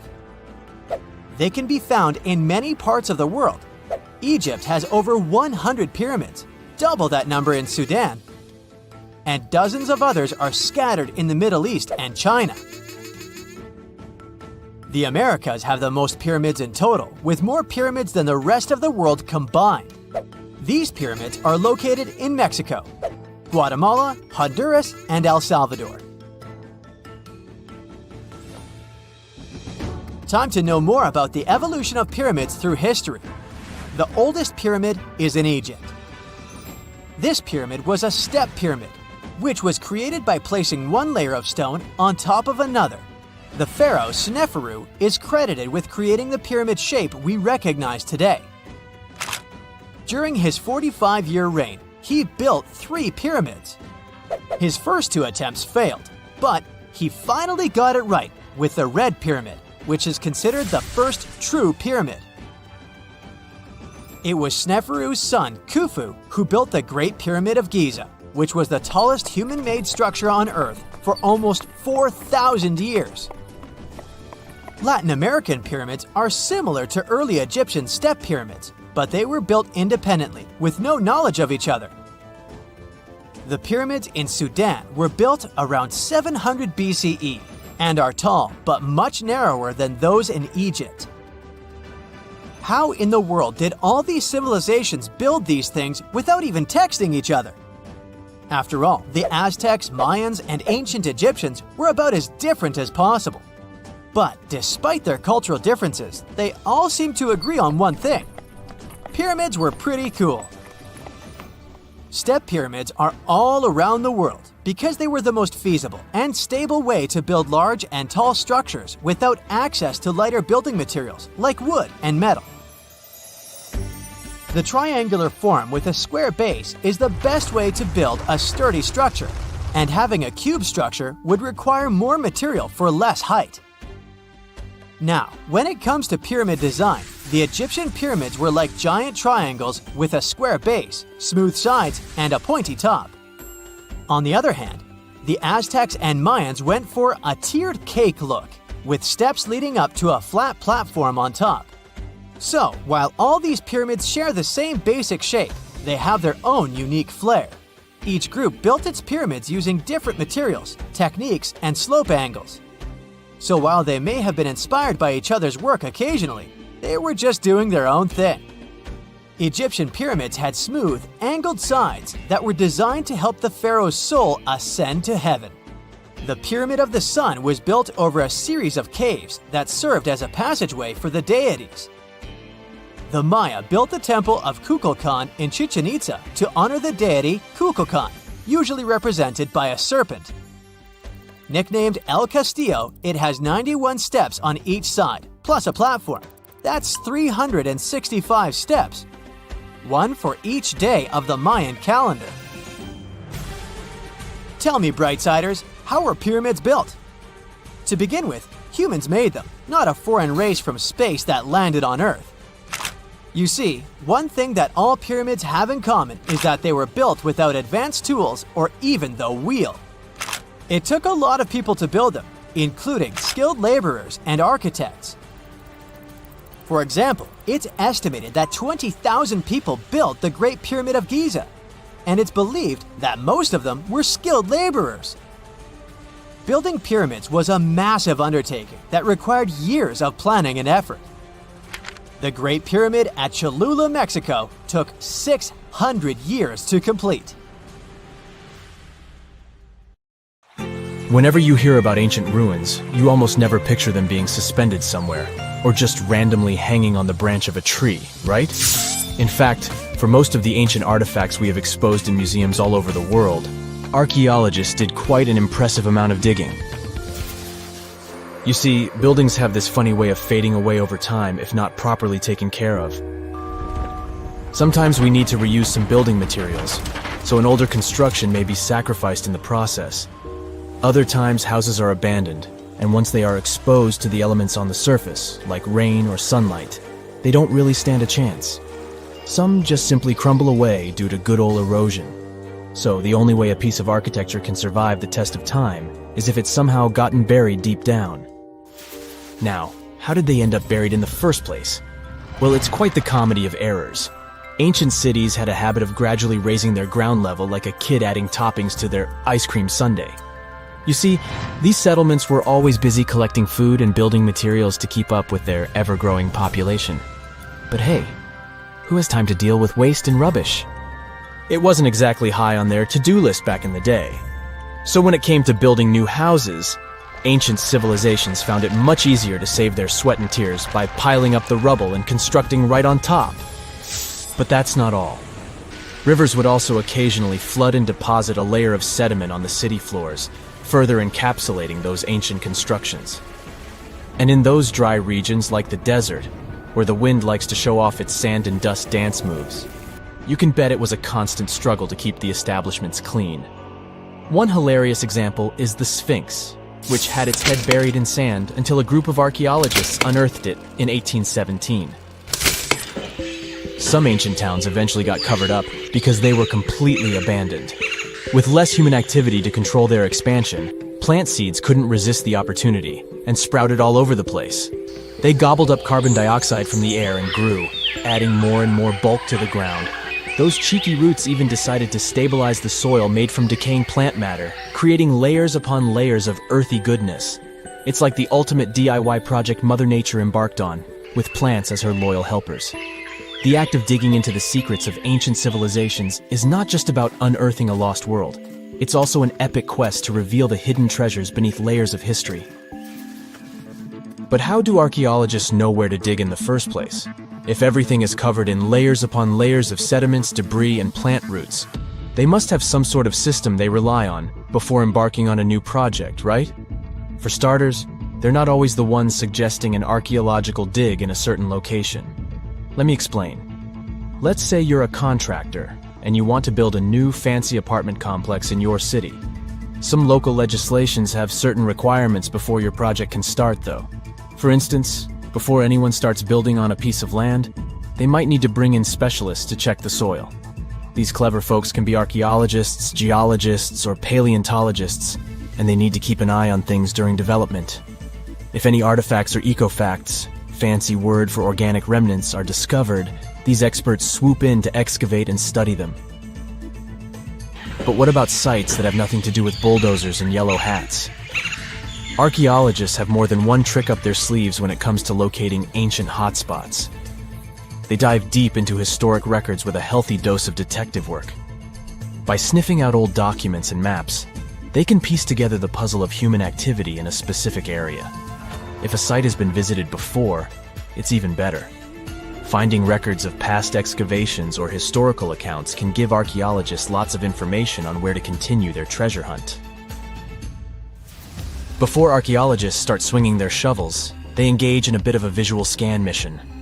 Armed with a grid system, they'll stroll around the site, keeping their eyes peeled for any artifacts that might be hiding just beneath the Earth's upper layer.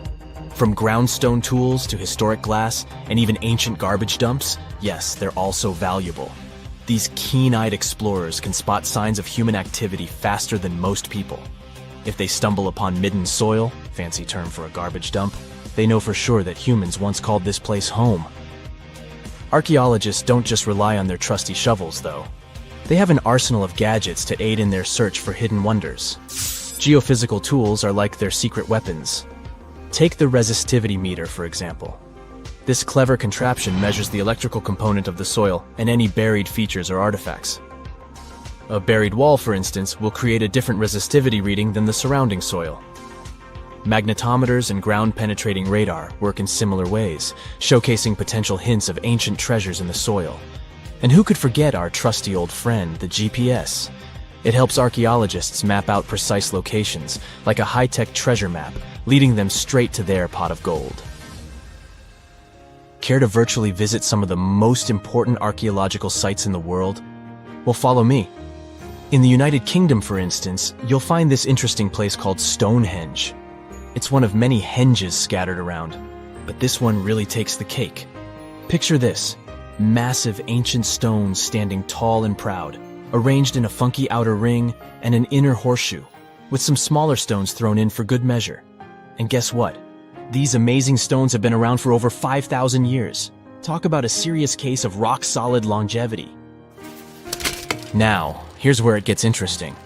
According to local folklore, the legendary wizard Merlin whipped out his magic wand and poof! He teleported these massive stones all the way from Ireland. Apparently, some giants had assembled them there, but Merlin decided they would look much better at their new location. Others think it's just the ruined remains of an old Roman spiritual edifice. These amazing structures were built by our Bronze Age ancestors. With their simple tools and limited tech, they managed to create this monumental masterpiece. Impressive, right? Unfortunately, there's still so much we don't know about this area. Stonehenge's initial purpose remains a mystery to this day. Sure, there are lots of theories, but scientists have yet to agree on the subject. However, we do know that it's perfectly aligned to catch the sunrise during the summer and winter solstices. The ancient city of Pompeii is an equally amazing archaeological site. Picture this: Mount Vesuvius, a notorious troublemaker, decided to throw a volcanic tantrum and completely covered this ancient Roman city. It turned it into a time capsule, located outside present-day Naples in Italy. Fast forward to the year 1748, when a bunch of adventurous explorers stumbled upon Pompeii. Lo and behold, they discovered a treasure trove of well-preserved goodies: streets, houses, food. Probably a bit stale by then. Blingy jewelry, fancy sculptures, colorful frescoes, everyday household items, and even animal and human remains. It was like an epic archaeological party. From the looks of it, Pompeii had it all. Fancy houses and villas, a massive 20,000-seat arena, cute little artisan shops, hangouts like taverns. And let's not forget the saucy spots like those luxurious bathhouses for some intense pampering. There's also the Sanctuary of Apollo, where people used to gather for their daily dose of worship. And of course, the bustling heart of the city, the Forum of Pompeii, where all the cool people used to hang out. And guess what? Pompeii is so cool that it made it to UNESCO's World Heritage List back in 1997.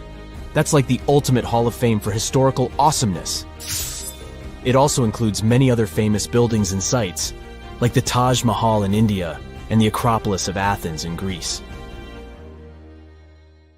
We've all dreamed of visiting the Arctic and witnessing the natural wonders of polar bears frolicking on ice floes or the aurora borealis dancing across the sky.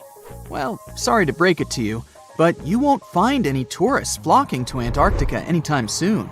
Why, you may ask? Let's dive into it. First off, where is Antarctica? It's located in the southern hemisphere, specifically at the South Pole. The Southern Ocean surrounds it, and most of the continent is covered by ice, making it one of the most remote and frigid places on Earth. Now, have you ever met someone who's visited Antarctica? Probably not. It's one of the least visited places on the planet, and only a handful of lucky explorers have seen its interior, which is mostly made up of glaciers and ice fields. But trust me when I say the wildlife and scenery are out of this world. Why shouldn't you travel to Antarctica? Well, for starters, the environment is incredibly fragile and can be easily damaged. Plus, there are no native human populations on the continent, so your travels would essentially be like visiting an uninhabited island. And let's not forget that it's also one of the most expensive destinations to travel to. Despite all that, Antarctica is not exactly guarded like a fortress, but there is an international agreement called the Antarctic Treaty. This treaty was negotiated to prevent any unwanted activity on the continent and bans some forms of testing done there by member states. But the primary reason we can't just waltz into Antarctica is that it has a delicate ecosystem that needs protection. The treaty states that Antarctica should be used for peaceful purposes only and should be free from any human activity that could harm the environment. Scientists are still learning about the continent's unique ecosystem, and our activity and machines could disrupt the delicate balance that exists there. If you're still itching to go to Antarctica, getting permission isn't exactly a walk in the park. U.S. citizens, for example, need to complete a special form and send it to the Office of Ocean and Polar Affairs. And once you're there, you'll need to follow some strict guidelines to protect the environment, like not disturbing any wildlife or taking souvenirs like rocks, plants, or animals. Now, technically, can you live in Antarctica? While there are no laws banning people from living there permanently, it's a very inhospitable environment and unsuitable for human habitation. Temperatures can reach -76 degrees Fahrenheit and below, making it nearly impossible for anyone to survive without the proper equipment and experience. Plus, the nearest piece of land is over 1,000 miles away, making any inhabitants completely cut off from the rest of the world. Who knows? Maybe one day we'll get the chance to visit this unique and fascinating continent. But until then, let's admire it from afar. Let's now talk a bit about the discovery of Antarctica. Unlike other places that were already inhabited, Antarctica never had a native human population. Ancient Greek philosophers had an idea about the continent and called it Antarctos, meaning opposite the bear. The bears it refers to are not the polar ones though, but rather the Great and Little Bear constellations, which are only observable in the northern hemisphere. As a result, the term signifies the opposite of the land of the bear. Whaling and sealing voyages in the late 1700s and early 1800s would venture further south when rounding Cape Horn at the tip of South America. It was known that going further south often meant stronger winds, but also the risk of hitting floating ice of all sizes and of winds and seas that could prove dangerous to the ship and crew. Captain James Cook was the first to cross the Antarctic Circle on January 17, 1773, in the Ross Sea region. He reached a point further north a year later, and though he didn't sight land, he came to within 50 miles and saw deposits of rock held in icebergs, indicating that a more southerly land existed. The first sighting of Antarctica is widely acknowledged to have taken place in January of 1820, during the voyage of two ships under the command of Captain Fabian Gottlieb von Bellingshausen, as part of a 2-year exploratory expedition around the world to discover new lands. The captain's ships were the first to have crossed the Antarctic Circle since Cook. The first undisputed landing on Antarctica didn't happen until much later, on January 24, 1895, at Cape Adare during the whaling voyage of the ship Antarctic, led by Henrik Bull. A small boat with 6 or possibly 7 men on board rowed ashore during calm conditions. You might not believe it, but Antarctica is actually a desert. With all that ice, you'd think it'd be like a winter wonderland with snowball fights and hot cocoa all day long. When we think of deserts, we picture camels and cacti and people struggling to find water. But in Antarctica, it's a whole different story. The struggle isn't to find water, it's to find anything that's not covered in ice. And the average rainfall has been just over 0.4 inches in the past 30 years. That's like a few drops of rain compared to what we're used to. So technically, it's not the dunes or sizzling heat that makes a desert, well, a desert. It's the lack of precipitation. But don't worry, if you ever find yourself lost in Antarctica, you won't have to worry about getting thirsty. Just make sure you bring a jacket and some mittens, because it's cold enough to make you into a popsicle. Not only is Antarctica one of the driest places on Earth, but it's also the coldest, the windiest, and the highest. Talk about overachieving. the penguins and scientists down in Antarctica have at times found themselves in a bit of a pickle when it comes to time. You see, unlike the rest of us on this big blue planet, there is no Antarctica time zone. All the lines of longitude meet at a single point at the South Pole, making it a bit of a head-scratcher when trying to figure out what time it is.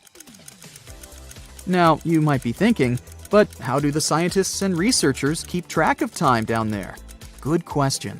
They typically stick to the time zone of the country they departed from. However, with stations from all over the world on the Antarctic Peninsula, things can get a little wacky. Imagine trying to coordinate with your neighboring countries without accidentally waking them up in the middle of the night. You might think that not much could survive in a place where the temperature is extremely cold, the sun barely shows up, and the wind could blow you away faster than a tumbleweed. Well, as in many places on Earth, life found a way in Antarctica too. Believe it or not, this frozen continent is buzzing with activity. It's home to billions of krill, which in turn attract lots of seals and more penguins than you can shake a fish at. But don't let their cute and cuddly appearance fool you. Penguins are the ultimate swimmers, with streamlined bodies that would make Olympic medal winners jealous. They come ashore to breed and chill, but their real talent is stealing pebbles from each other and forming mathematically precise huddles to stay warm. Antarctica is also home to the largest species of penguin on Earth. It's called the emperor penguin. Sure, these creatures are flightless birds, but that doesn't mean they can't jump.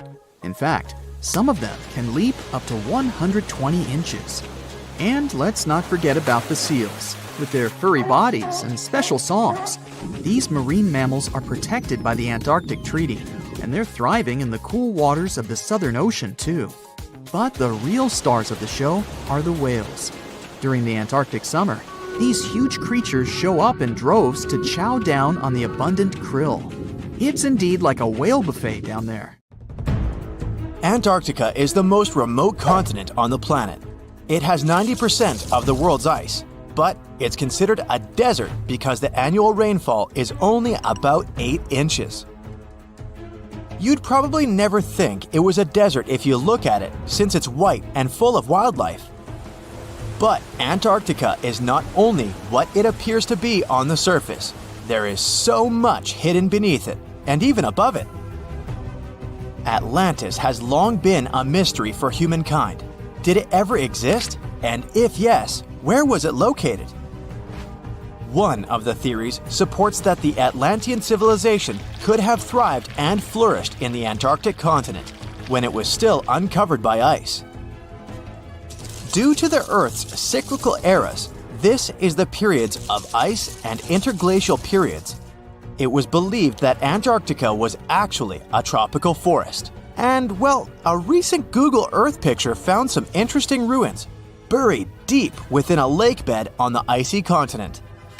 It's unclear to which civilization these remains belong to, but some theorists believe that it could perfectly be Atlantis.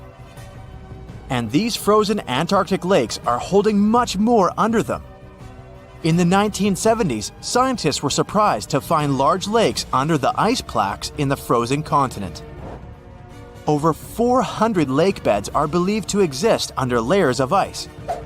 Lake Vostok, for instance, the largest subglacial lake over there, is buried beneath 2 miles of thick ice. There are pristine blue ice caves hidden under there as well.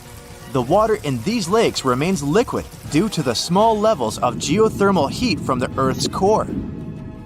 And some scientists believe that some lakes are around 15 million years old. Talk about the old days, huh? Now, amongst the unique phenomena that occur in the continent, let's say Antarctica is home to an extremely weird waterfall.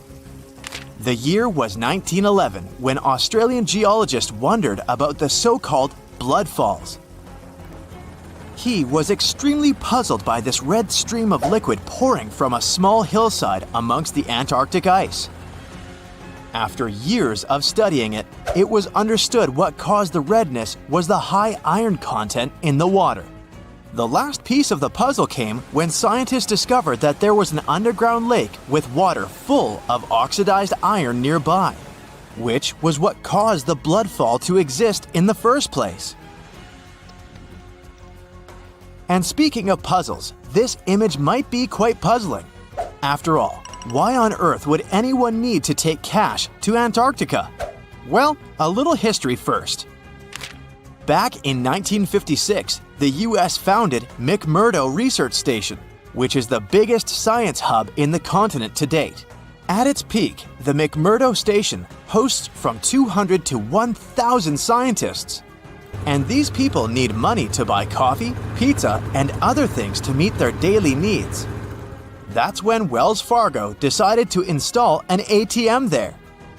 Oh, and they even set a Guinness World Record this way.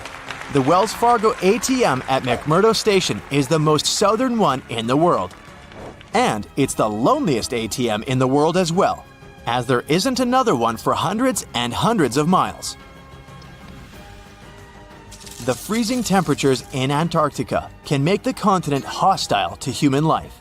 Actually, Antarctica is the coldest, driest, and windiest continent on our planet. The average temperature along the coast is around 14 degrees Fahrenheit, but as you head towards the Antarctic hinterlands, it gets even colder than that. The interior of the continent can register temperatures of around -71 degrees Fahrenheit. On the bright side, these freezing conditions can account for some mesmerizing phenomena, such as ice bubbles. These bubbles frozen inside some Antarctic lakes are bubbles of methane gas.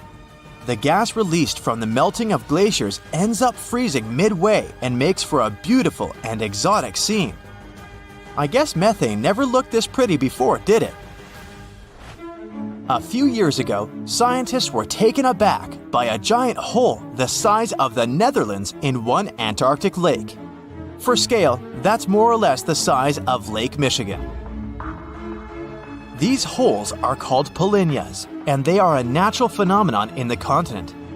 However, this one is the biggest scientists have ever seen since the 1970s. So you'll understand, polynyas are massive holes in a sea of ice. Most of them occur along the continent's coast, but this new one was found in the Weddell Sea, much farther from the shore. Scientists are still trying to understand how that happened and what its implications are for the climate in the region. There's one feature in the continent that looks completely man-made and has even sparked several theories around the world regarding its origins. I mean, this formation looks exactly like other man-made pyramids, doesn't it? The only difference is that this is actually a natural rock formation and has existed for a very long time. It was first found during an expedition in the 1910s and was kept secret ever since.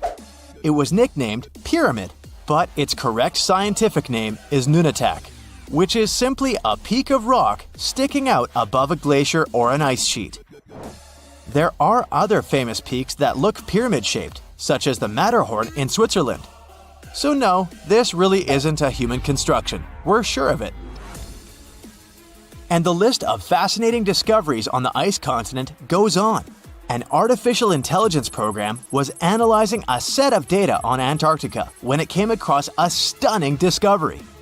There may be up to 300,000 undiscovered meteorites to be found in the icy field of the continent. The truth is, meteorites have been falling on the continent for millions of years. But it was only 110 years ago that the first one was found. And guess what? Recently, researchers found a Martian meteorite in East Antarctica. It was the biggest one found in the last 25 years, and it weighed about 165 pounds. Now, usually fire and ice are rather a tricky combination, so I'm guessing you wouldn't say that Antarctica hosts an active volcano, right? But it does. The volcano, known as Mount Erebus, is the southernmost active volcano in the world with liquid magma and lava boiling for eons. Actually, Mount Erebus has been active for over 1 million years, and it's Antarctica's second highest volcano with a height of 12,000 feet. We've mentioned before that Antarctica wasn't always icy, but could you imagine a huge rainforest covering the entire continent? This isn't science fiction, it's actually true. Leaf impressions and fossilized wood clearly show signs of tropical trees in the region. Fossil research has also revealed something magnificent. Antarctica is home to the oldest worm in the world. According to National Geographic, sperm fossils found in Antarctica reveal a long-extinct species of worm that is around 50 million years old. Scientists claim that this discovery is beyond important to studying some evolutionary relationships and say that this was only possible due to the freezing of such samples for thousands of years. Antarctica is a continent rich in biodiversity. Penguins, polar bears, and seals are just some of the animals we know that exist down there. But there is also a rare and fascinating species of fish that inhabits Antarctic waters. Popularly known as the see-through fish, this species is as bizarre as it is beautiful. This fish had to adapt to survive the cold water temperature in Antarctica, so much so that it evolved into a unique being. As well as a transparent body, this fish has transparent blood, making it completely see-through. This is because they lack the protein hemoglobin, which gives blood its red color. Pretty neat, huh? When you think of Antarctica, you probably think of icebergs, right? So here are some fun facts about it. Did you know that icebergs have a lifespan of about 3,000 years? And that together with Greenland, Antarctica is one of the world's primary sources of icebergs. Icebergs can reach 600 to 700 feet below the surface of the water, and around 90% of an iceberg is hidden underwater. That's where the expression tip of the iceberg comes from. Phew! This summer has been turning up the heat like never before. We feel like roasted marshmallows on a sizzling grill. Yes, the world is getting hotter, but some regions have always fought with high temperatures. It turns out people had some inventions to keep themselves cool in ancient times too. Some of them are still functioning, even 3,000 years later. Let's take a look at how people saved themselves from heat throughout history. So, put an ice cube into your cold drink and get ready to hear how people survived the heat. Speaking of ice cubes, do you know that the Persians made an ice storage system? In the deserts of ancient Persia, people had an out-of-the-box idea about how to prevent their food from turning into a melted mess. These ingenious Persians stumbled upon a physics trick that allowed them to create ice in the middle of the desert. They called these cool structures yakhchals, which basically means ice pits. These ice pits were not your ordinary coolers. They were like secret underground fridges. They looked like dome-shaped mud brick structures on the outside, but inside, it was a whole different world. These ice pits had an evaporation cooler system that worked like magic. At night, when the desert cooled down, Persians made use of the radiative cooling effect. They set up cleverly designed trenches to hold thin layers of water. The water froze, defying the desert heat. Then there were underground square storage areas. The Persians collected the melting ice water from these cool trenches, and during the night, they froze it again, making the most of the desert's natural chill. To add to the cooling effect, they built a wall to shade the storage areas from the hot midday sun. And that's not all. They had this fantastic wind-catching contraption called a badger that caught the breeze and directed it right into the ice pits. Fresh air plus ice. Cool breeze. A winning combo. They even had intricate water channels called qanats to bring water to the ice pits and homes all the way from the nearby mountains. As time passed, these yakhchals faded into history and modern technology took over. But hey, there's good news too. Some awesome folks in Iran are restoring these ancient coolers. So, if you ever find yourself in the desert, don't forget to pay a visit to these marvelous places and witness the genius of the ancient Persians firsthand. Now, I want to focus more on the wind catchers because they don't just help make ice cubes. They actually function as a cooling system as well. Back in the day, those clever architectural wonders were all the rage in places like Persia, modern-day Iran, Egypt, and the Middle East. Imagine tower-like structures with openings at various levels strategically placed to harness the power of nature's breeze. These openings were like magical portals for the wind. They captured those refreshing gusts and guided them right into people's living spaces. Basically, they were natural air conditioners. The breeze would gracefully flow downward, cooling the ground as it danced through the building. The secret sauce lies in the details: the tower's height, the number of sides, the openings, and the positioning of the interior blades. Everything plays its role in how efficiently the wind towers work out. Thanks to these wind catchers, ancient societies could enjoy comfy indoor temperatures without sweating. Can you imagine living in those times? Feeling the gentle breeze whisking through your home, keeping you feeling fresh and chilled out? The Persians are often credited for inventing these awesome wind catchers. But hey, don't forget about Egypt. There, you can find traces of similar structures dating all the way back to 1300 BCE. Yes, the invention of wind catchers may have occurred in ancient Egypt, but Yazid in Iran is the city with the largest number of wind catchers. People wouldn't have been able to live there without these ancient ACs, because there was almost no rain in the area throughout the year. Now, let's look at these perforated, double-skinned exteriors. Imagine dressing up a building with a fancy perforated screen. It's like giving its exterior a stylish makeover while keeping things chill inside. This genius technique, firstly, scatters the natural daylight, so no harsh sunbeams to blind you. The screen also offers shade like a pro, giving the building's interior a much-needed break from the blazing sun. Think of it as a natural sun hat for your home. Placing this screen about 4 feet away from the outer walls creates a breezy, dreamy hallway for fresh air circulation. And hey, they add a touch of elegance to the building too. These structures are sometimes called jali. Jaipur, India, for example, has an average daytime temperature of about 100 degrees Fahrenheit. So these structures are lifesavers. Jalis come in various forms, crafted from cement, earth, and wood. It's a cultural symbol deeply embedded in Indian architecture. You can find its captivating presence in iconic historical buildings like the majestic Taj Mahal and the Grand Red Fort in Delhi. But hey, it's not just a thing of the past. It's still rocking modern architecture scenes, and its charm has sparked creativity in artists and designers worldwide. It adorns the building's exterior, its cross-section showing a larger opening on the outside and a smaller one on the inside. This is where the Venturi effect steps in to show off its physics prowess.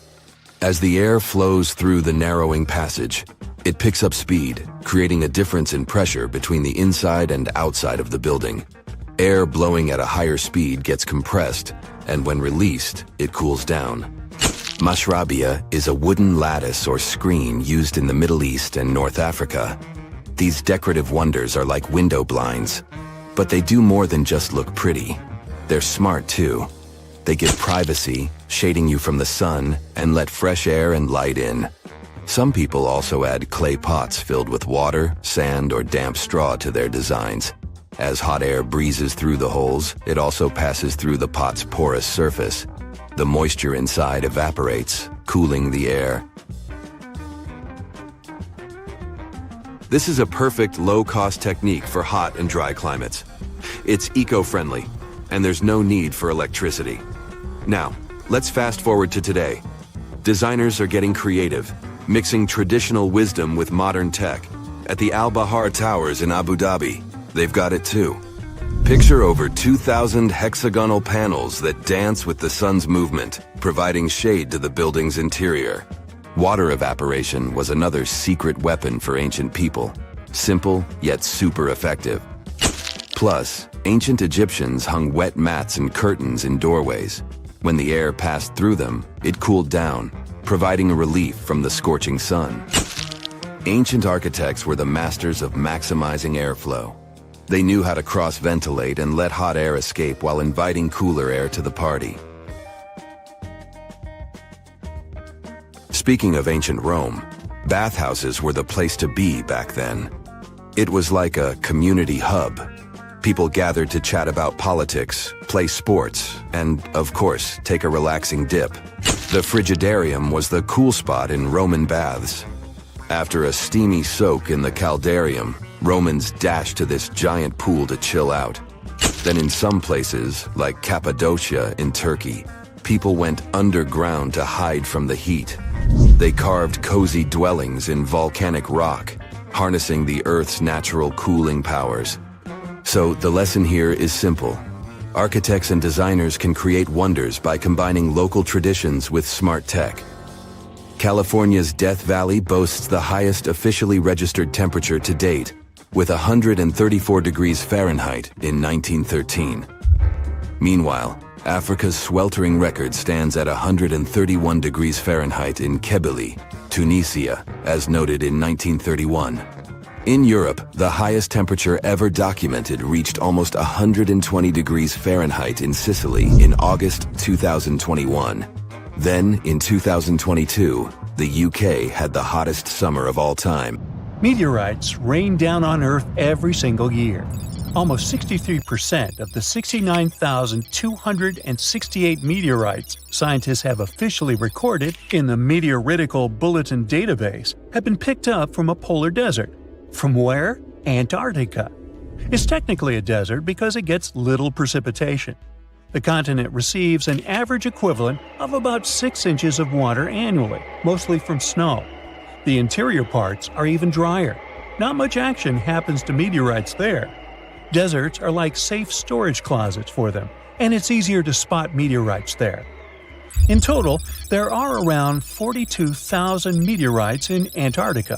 Most of them have been spotted since 1976. The Sahara Desert in Africa isn't far behind. Nomads and treasure hunters have discovered over 14,000 meteorites there, especially since 1995. Then there's the Arabian Peninsula, mainly Oman, where they've unearthed about 4,200 meteorites. So why does Antarctica take the crown for its meteorite collection compared to other areas? It's not because more meteorites land there. Statistically, they can land anywhere. Antarctica wins because it's great at showing off these space rocks. The icy environment keeps them in mint condition. The contrast between the ice and space rocks makes spotting meteorites easy. Plus, there are spots called meteorite stranding zones, where the geology, ice flow, and climate team up to gather meteorites. Here's the sci-fi part. Satellites help researchers find meteorites. They use these space gadgets to spot the best places to search. Some of these meteorites are ancient, like 1 million years old. Now, when you think about how many meteorites there are, it's a bit like a pie chart. If you measure their weight instead of just counting them, things get interesting. Antarctica's slice of the pie gets smaller. On average, an Antarctic meteorite weighs about 2 ounces, like a small bar of chocolate. Ooh, chocolate. But in the Sahara, they've got all sizes, so the average is about 1 pound. Now, let's talk about meteorites in action. Only a tiny bit, maybe just 1.8% of all meteorites found have been seen falling. These are called falls. Clever name. Meteorite detectives, or meteoriticists, get all excited when they see that. The other 98% are finds. Someone stumbled upon them without seeing the meteorite take its cosmic leap. So when we only look at the ones that fell from the sky, most are called stony meteorites. These are like regular fellas of the meteorite world, but there's also a special kind called iron meteorites, or just irons. There are also super rare meteorites, called mesositerites, and pelocities, that are like a mix of metal and regular rock stuff. In places where humans live, like North America, people tend to find more iron meteorites than those that fell. That's because iron ones are usually bigger and more eye-catching. Farmers found some of these while they were working in their fields. Oh, surprise! A bunch of gigantic iron meteorites from places like China, Namibia, and the US make the chart slices huge. Now, check out this adventure. A group of scientists braving the crazy cold of Antarctica's icy desert to uncover some fresh meteorites found what they had been looking for. In fact, one of the meteorites weighed almost 17 pounds. The ones like that are pretty huge. Do they have an impact on Earth? Science says yes, they do. Meteorite impacts are more common than you think. About 17 meteorites smack Earth's surface every single day. Since most of the planet is covered with water, there are loads of places without people around. That's why these hits often go unnoticed. Most meteorites are just small bits zipping through our atmosphere anyway. By the time they touch down, they get tiny thanks to all the friction against the air. Not all meteorite impacts are wimpy. Some supersized ones have rocked our world. Remember when dinosaurs said bye-bye? Yeah, that might have been the fault of a huge asteroid. These meteorite hits are random, and they happen all the time. Scientists have uncovered evidence of a massive meteor impact even before the famous dinosaur wipeout. This impact is thought to have triggered the biggest extinction event in Earth's history. The 300-mile-wide impact crater is chilling over a mile beneath the East Antarctic ice sheet. This mega event occurred about 250 million years ago. The epicenter of the crater is in the Wilkes-Land area of East Antarctica. It might have started the breakup of the Gondwana supercontinent. It was a big landmass that included parts of what are now South America, Africa, Antarctica, Australia, and more. So, the Gondwana supercontinent started to chip off by creating a tectonic rift that pushed Australia northward. This Wilkes-Land impact surpasses the one that led to the dinosaurs' extinction in terms of scale and could have caused catastrophic consequences at the time. The Hoba meteorite is a huge chunk of space stuff chilling on Earth. It crash-landed about 80,000 years ago in Namibia. The thing is a heavyweight, like twice the size of the next biggest meteorite ever found. Interestingly, it also has a weird flat shape. Nobody's moved it since it fell, so we really don't know how deep it's hidden. But experts think it skidded along ground like a stone skipping on a lake because it landed at an angle. That's why it didn't leave a big crater when it hit the ground. And it was discovered by chance. A farmer found the world's biggest single meteorite. He was plowing his field with an ox and a regular plow. Suddenly, he heard a scraping noise. It was the metal plow meeting the iron meteorite. The Mosi meteorite from Tanzania has been staying underground for centuries before scientists gave it a proper look. The locals loved this space gem, calling it Commando. It was known in town for generations. Mosi is made of the same stuff as its other meteorite friends on Earth, about 90% iron and 8% nickel. It weighs 25 tons. Let's talk about the El Chaco meteorite, part of the Campo del Cielo meteorite crew in Argentina. Imagine an almost 24-square-mile playground for space rocks. El Chaco, weighing 37 tons, decided to show up fashionably late in 1969. So, what if you found a meteorite? How can you tell for sure that it's not just some random rock? These space visitors have a few features that make them stand out from regular rocks. Firstly, meteorites are often heavier than they look because they're packed with heavy metals and dense materials. Secondly, most meteorites have some metallic iron, so magnets usually stick to them. If you've got a rock that's not magnetic, try suspending the magnet from a string. The third clue lies in their unusual shapes. Iron-nickel meteorites aren't smooth and round. Stony meteorites usually have a thin, crispy crust on the outside. It looks as if their surface melted a bit while moving through the atmosphere. Sounds like pizza to me. Suppose these tips won't help on your quest. Then consider this. Light-colored crystals are not meteorites. Those pretty things, like quartz, are common on Earth, but they don't hang out on other planets or moons in our solar system. Do you know those bubbly holes in volcanic rocks or melted metal slag on Earth? Meteorites don't have those either. Plus, scratching a meteorite shouldn't leave a mark. But if you scratch a dense rock and get a dark or red mark, the rock contains minerals like magnetite or hematite, which meteorites don't usually have. If you suspect finding a meteor in your backyard or something, try these tips. Just remember, to be sure, you've got to give rocks and minerals a real-life look from experts. And if you see one falling towards you, always remember to duck. It was one of the biggest creatures ever to roam the earth. It was longer than your average school bus and could easily weigh more than 10 elephants combined. But where did it live? How did it end up having this size? And most importantly, why is it extinct nowadays? Let's find out. The megalodon was the largest predator ever known in our planet's history. In terms of its location, the megalodon lived practically in all waters on our globe, except near the poles. The reason why there were no megalodon teeth found in Antarctica is probably that the gigantic creature adapted to only warm tropical and subtropical waters. The younger ones liked to keep to the shores, while full-grown adults preferred coastal areas, but they could easily move into the open ocean as well. How do we know the megalodon was so widely spread? We can only presume, based on the fact that they discovered the most northern fossils off the coast of Denmark and the most southern in New Zealand. The discussion of how the megalodon got this size is still open in the scientific community. They recently found out that not all the specimens from this fascinating species reach the same huge size.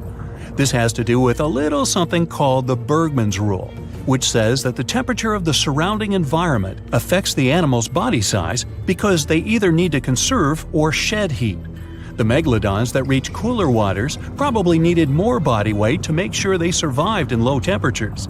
On the contrary, those living in warmer waters had to be smaller to avoid burning up.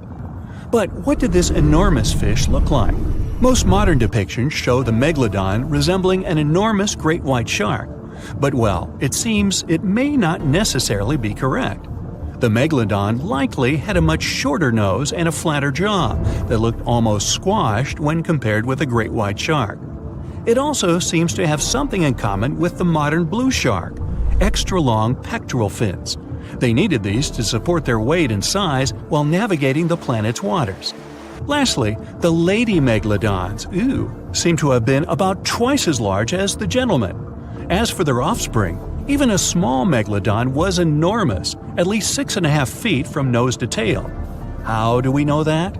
Because specialists have stumbled upon megalodon nursery habitats in Panama, Maryland, the Canary Islands, and Florida. Even the piles of used diapers were enormous. Nah, not really. Surely the scariest aspect of the megalodon's looks was its mouth. I mean, think about it. Megalodon had whales for dinner, so it obviously needed to open its mouth wide enough. Scientists have estimated that its jaw would span a mind-boggling size, 9 by 11 feet wide. Just to paint you a better picture, that means it could have easily gulped down 2 adult people side by side. Wait, which 2 adults? Those impressive jaws also feature 276 teeth. Based on modern reconstructions of the force of its bite, it looks like it may have been one of the most, if not the most, powerful animals of prey ever to exist. For comparison, humans can have a bite force of around 1,300 newtons. Today, great white sharks have been estimated to be able to bite down with a force of over 18,000 newtons. The megalodon tops all the records, with an estimated power of bite up to 10 times greater than that. It could basically crush a car with very little effort. Its teeth were also pretty amazing. Similar to sharks, the megalodon was fast in replacing its broken or worn teeth. With 4 or 5 rows of teeth in its mouth, it basically acted like a conveyor belt, growing back damaged or missing teeth within about 48 hours. This means that an adult megalodon probably would have grown several thousand teeth throughout its lifetime. It was nice of them to do that, though, since it's probably one of the reasons why megalodon teeth are so common in fossil records, and we're able to study them properly. To maintain its impressive physique, the megalodon had to eat somewhere around 2,500 pounds of food per day. Can't wrap your head around that? Well, it was the equivalent of 1¼ cows per day to survive. It's like if you had to eat 3,300 cans of tuna every day. I've used the word megalodon a lot, but have I mentioned where it comes from? When translated from Greek, it means giant tooth. Ah, those clever Greeks. However, this giant shark's full scientific name is a bit more complicated: Carcharocles megalodon. But are these gigantic predators actually extinct? We tend to believe so, but let's be honest for a second. We've come to know more about the surface of Mars than the depths of our oceans. Like, we've only explored 15% of our oceans altogether. Who knows what may be lying out there in the deep? Maybe some ancient predators?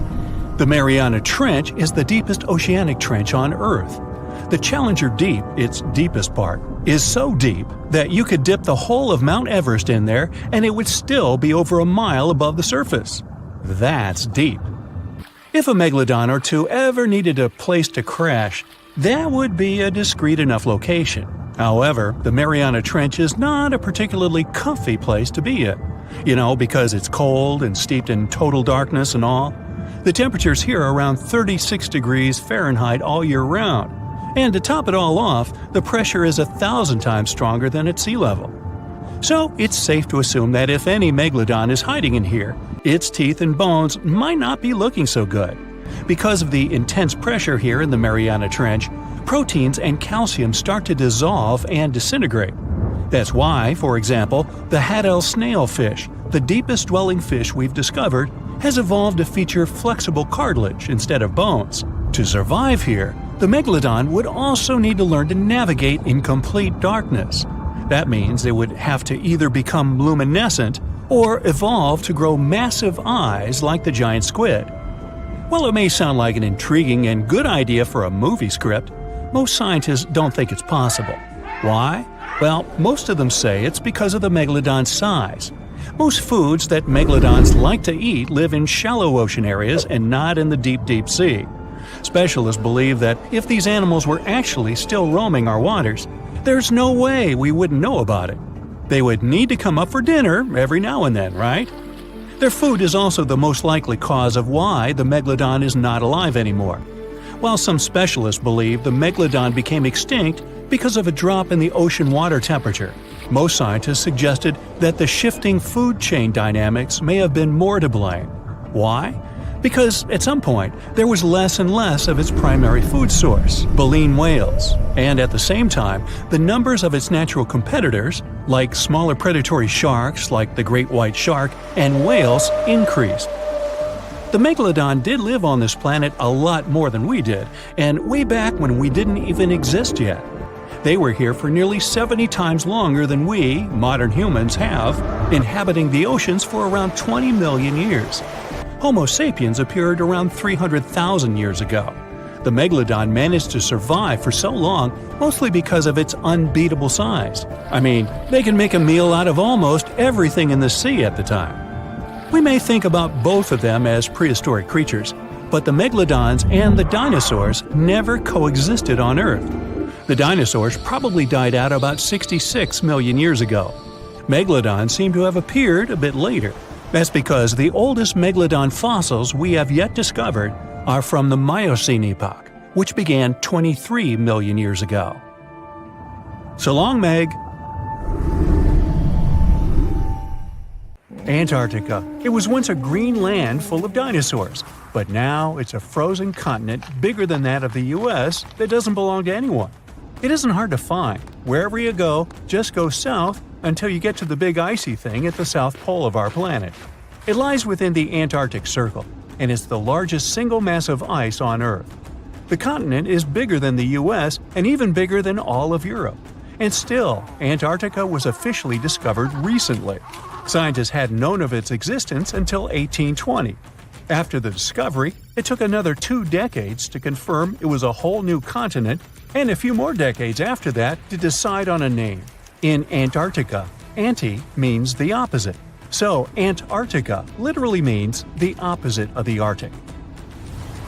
Now, even before scientists discovered the land, ancient Greeks already theorized that there must be a southern continent to balance out the Arctic in the north. Also, some scientists who studied Polynesian artwork and oral history believe that Polynesians found the continent over a millennia before the Europeans did. Anyways, Today we all know of this icy land at the South Pole. Because of its location, there are just 2 seasons there, summer and winter, and both last 6 months. In summer, it's a bit warmer, and the continent exists in pure daylight. And in winter, it's dark all day long. 98% of Antarctica is ice. This continent alone stores 60% of the planet's fresh water. And yet, despite all those water reserves, Antarctica is the biggest desert in the world.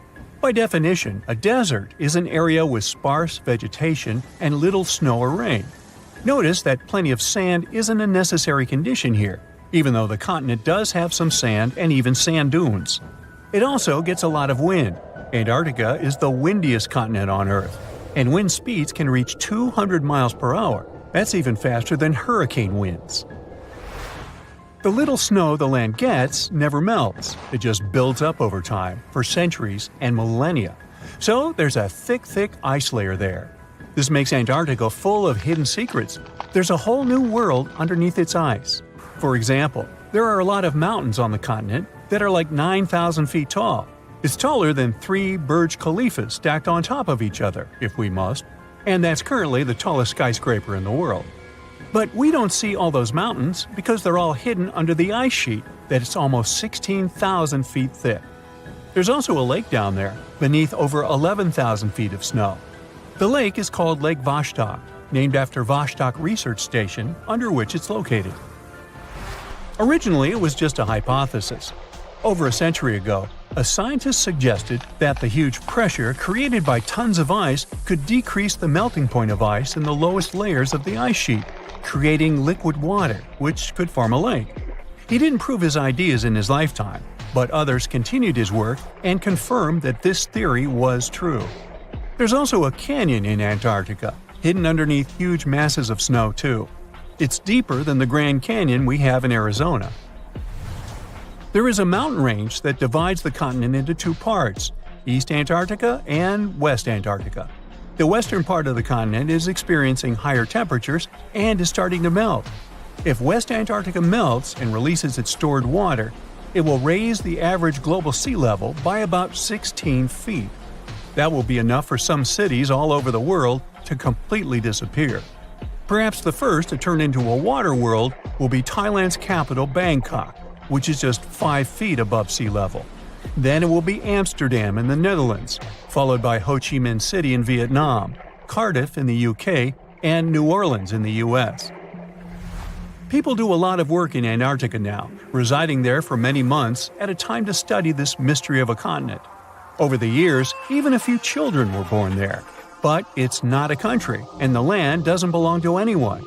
It's governed by the Antarctic Treaty System, an agreement of peaceful research and collaboration that suspends all territorial claims. It was first signed by 12 nations, and now there are 59 supporters, half of whom have decision-making powers. The continent is occupied all year round by researchers from all over the world. There are about 5,000 people living there in summer and about 1,000 in winter. Yet no one is a permanent resident there. People come and go, and the scientists take turns spending time there. The average yearly temperature there is negative 30 degrees. But there was a time when Antarctica was about as warm as Melbourne, Australia is today. It was about 40 to 50 million years ago. I wasn't around then. But the continent had green forests and dinosaurs roaming its land, chilling in the sun in a 63-degree Fahrenheit environment. That was before penguins. In our age, it's so cold that you won't even find any trees or bushes in Antarctica, just the snow. The only plants that can thrive in such extreme temperatures are lichens, moss, and algae. People can't stand such freezing conditions for lengthy periods of time either, so the continent has never had any indigenous population. Well, that is, if we don't count penguins, seals, whales, and a few other types of birds that live there now. Antarctica's fauna is the scariest and least diverse on the planet because only a few organisms can withstand its harsh conditions and because non-natives aren't allowed to be brought there. So, if you decide to travel to Antarctica with your cat, well, you can't. Hey, I don't make the rules. But those few species that live on the South Pole totally own the place. There are no more than 5,000 people there and around 20 million penguins. They are a kind of settlers, though. Penguins' first ancestors lived in Australia and New Zealand. There are still a few penguin species there, including the smallest penguin on Earth that is just 1 foot tall. Still, most of the penguins migrated to Antarctica at some point, possibly because they were attracted by the greater food supply there. It's not the cold that made them like the land. It turns out, most penguins leave the continent when the summer ends. The only ones that stay there are male emperor penguins, and they do it to warm and protect eggs left by their mates. But where do all the other penguins go? At first it was a big mystery even to scientists, but then they attached some tiny location devices to the legs of a few of these animals and figured it out. Penguins go to live in the southern oceans while it's too cold in Antarctica. None of them go ashore for half a year until they get back to the continent. When they come back, it's when those eggs, left for male penguins to nurture, start hatching, and so penguin families can be together when it happens. Penguins eat different fish, and the ocean is full of those despite its cold temperature. In some areas, water can reach below freezing temperatures because it's salty. But fish don't freeze there because they have antifreeze proteins in their bodies. Then there are also about 1 million seals in Antarctica. They like fish too, and they can hold their breath underwater for 2 hours. They see way better underwater than in the bright light of the day, and they also use their whiskers to locate food. Their breathing holes in the ice can freeze while seals are away, and they must use their teeth to make a new one. Seals can even sleep underwater and then resurface occasionally to get some air without waking up. I can appreciate that. Consider Lake Enigma. What a fitting name. It's already strange enough because it's not even supposed to exist. But now, we stumbled upon actual life deep beneath it. And this just might help NASA in their search for life in outer space. The lake lies deep in the icy heart of Antarctica, so it's not really a water pool like we're used to, more like a lake-like block of ice, or so we thought. Just recently, Italian scientists discovered a secret that had been buried for ages, an actual body of water, and in this water, life is thriving. Various microorganisms, and even some weird little hunters, which is super weird, since Enigma sits in a remote and harsh corner of our planet, the northern Victoria Land in Antarctica. The entire South Pole is cold, but in this place, temperatures can plummet to a horrifying minus 41 degrees Fahrenheit, though on average it's around 7. Chilly. Like we said, this lake shouldn't even be there at all. Antarctica is technically the largest desert on Earth, even though it's covered in snow, because it's super dry. There are 0 rains, truly little snowfall, and the sun barely evaporates anything. And even if there is some water, the insane winds make sure to dry everything out super quickly. Putting on our thinking caps, this lake should lose an unimaginable 7 million cubic feet of water every year. Yet, the water remains. Why? No one knows. Scientists say there could be something deep underground that refills it constantly. They just have no idea what that might be. Maybe deep underground rivers, melting ice, or something else entirely. But hence the name, the Enigma Lake. The block of ice we mentioned is permanent and super thick, at least 36 feet of it, and that's higher than a 3-story building. So researchers decided to check out if there's anything beneath it. They used a so-called ground-penetrating radar, a super smart echo detector for the ground. This radar sends invisible radio waves into the Earth. When they hit something underground, like rocks, water, or anything else, they bounce back to the device. By measuring how long it takes for the signal to return and how strong they are, we can determine the distance and what exactly the radar hit. That's how animals like bats, whales, and dolphins can see underwater.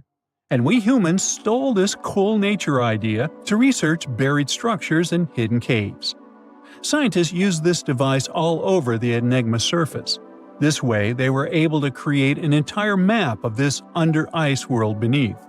The water itself wasn't surprising. It's the unique ecosystem in it that shocked them. Unfortunately, no secret monsters or extraterrestrial secrets this time. But there are microorganisms there that may not exist anywhere else on Earth. Somehow, these creatures have managed to survive in complete isolation and extreme cold. It's not that we don't know these microorganisms, we've met them before, just not exactly like this. There are a couple groups hanging out down there.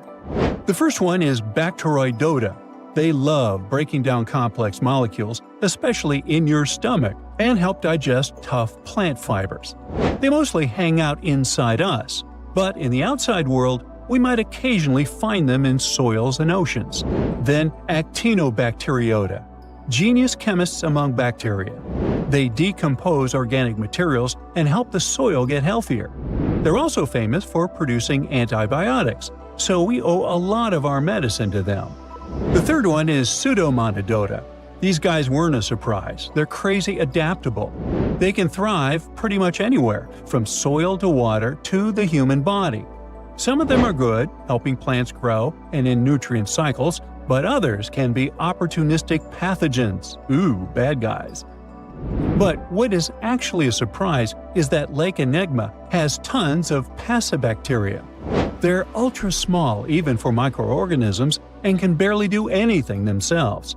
So they prefer to live in symbiosis or be little parasites, relying on their hosts for nutrients and other necessities. All these little chompers might be ancient. They could be remnants of a time before the lake froze over completely, which is hundreds of thousands of years ago. It's simply weird to encounter these bacteria in the Enigma Lake, especially the little parasites. Passibacteria usually love low-oxygen environments, but this lake is very oxygen-rich, not even mentioning an almost 40 feet of ice above. So all this means that even though we know who these guys are, this specific species might be new to us. They could have evolved with some unique adaptations and abilities using the lake's unusual chemistry.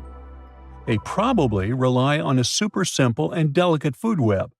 Some of the microorganisms produce energy from light, well, whatever light gets down there, or the lake's chemicals. The symbiosis guys most likely survive by living on or inside their neighbors. Yep, these microscopic creatures hunt each other. Nope, things can't be peaceful even in a place like that. If we find out what their secret to survival is, we might learn more about chemistry, medicine, and even extraterrestrial life. Because if life can endure such extreme conditions, then it can probably appear pretty much anywhere, including our closest neighbors, Europa or Enceladus, the moons of Jupiter and Saturn. They definitely hide oceans beneath their frozen surfaces, and now there's a very high chance there might be some life there. Antarctica must be the closest thing we have to extraterrestrial exploration before we actually land on other planets. It's full of hidden mysteries and surprising creatures. Even outside of Lake Enigma, the South Pole harbors life. Just take the McMurdo Dry Valleys, which are often referred to as Earthly Mars. These are among the most mysterious and extreme places on our planet. They're stretching across Victoria Land in Antarctica, and this is one of the driest places on Earth. Makes sense if you remember the name. Surprisingly, unlike other parts of the South Pole, this land is almost entirely devoid of snow and ice, just lots of super cold ground. There might even be some sand dunes nestled here and there between the rugged mountains. The ground is mostly covered in loose gravel, scattered with ancient rocks made of granite, and something interesting called gneiss, just spelled differently. It's the type of rock that's been through a lot, literally. It's usually born when granite and sedimentary rocks have to endure insane pressure or horrifying heat for a while, a process called metamorphism.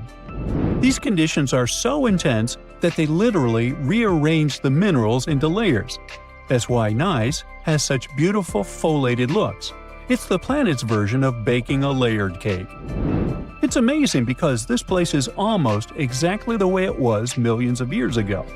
These valleys are frozen in time, and they give us a little glimpse into Earth's distant past. And that includes life. Once again, local winds are absolutely terrifying gusts of cold air racing downhill, and they evaporate snow faster than it can even melt.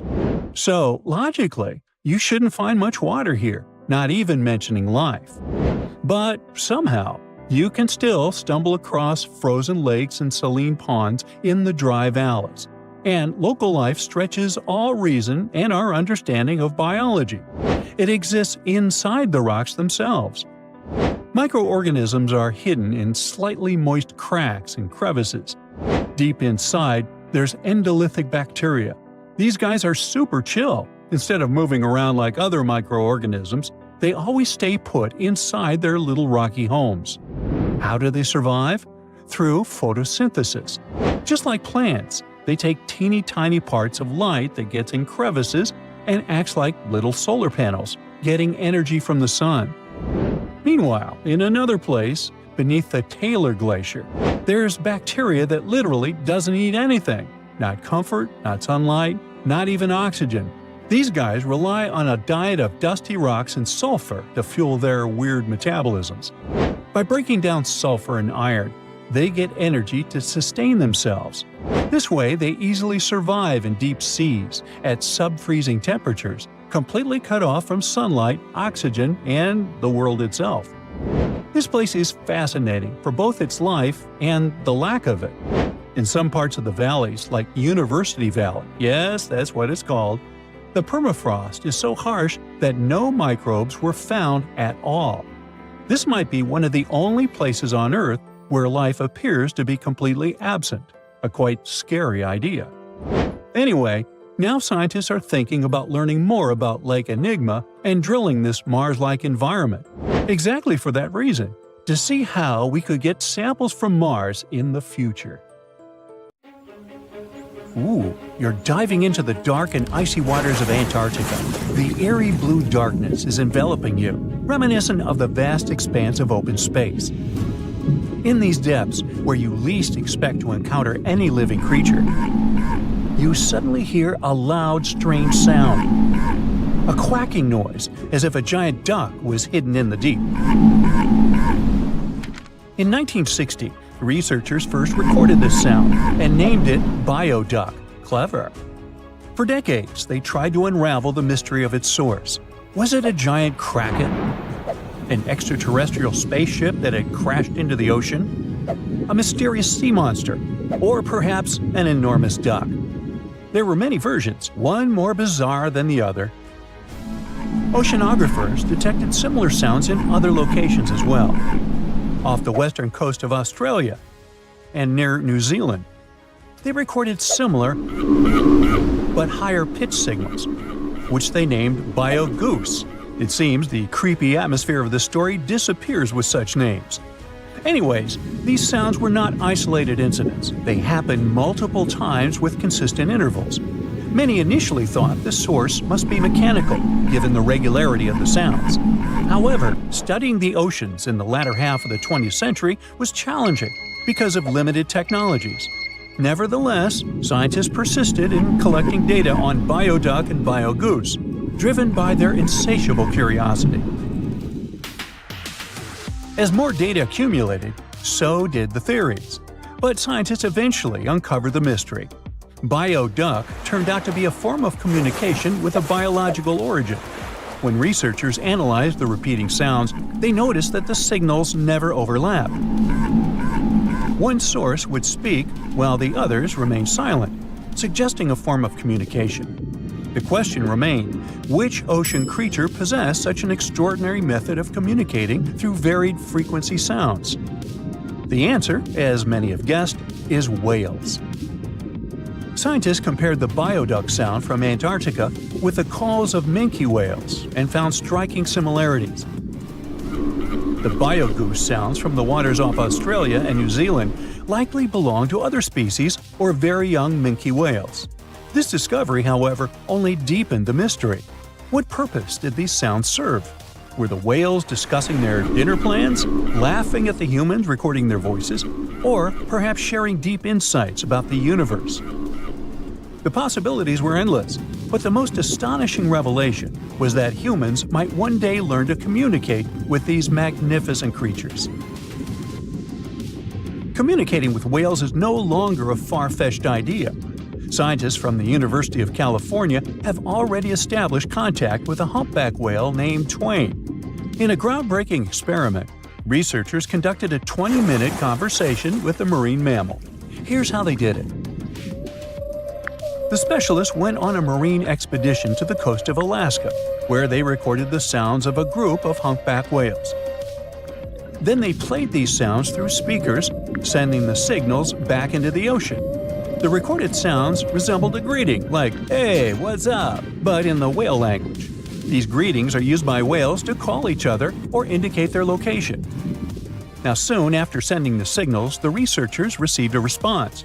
Twain approached the boat, circled it, and replied with a "hey" of its own. This marked the beginning of the first ever human-whale conversation. For 20 minutes, the scientists sent 36 signals to Twain, and each time the whale responded. Moreover, it waited for time intervals before answering.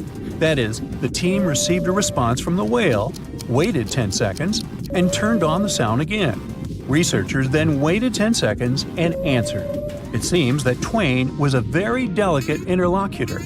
Maybe it was a gentleman in the whale world, who knows? Or maybe it was simply intrigued by the unusual interaction. The signals used in this communication belonged to a group of whales that included Twain. It's likely that the researchers had recorded Twain's own sounds and used them to communicate with it. In a sense, Twain was conversing with itself.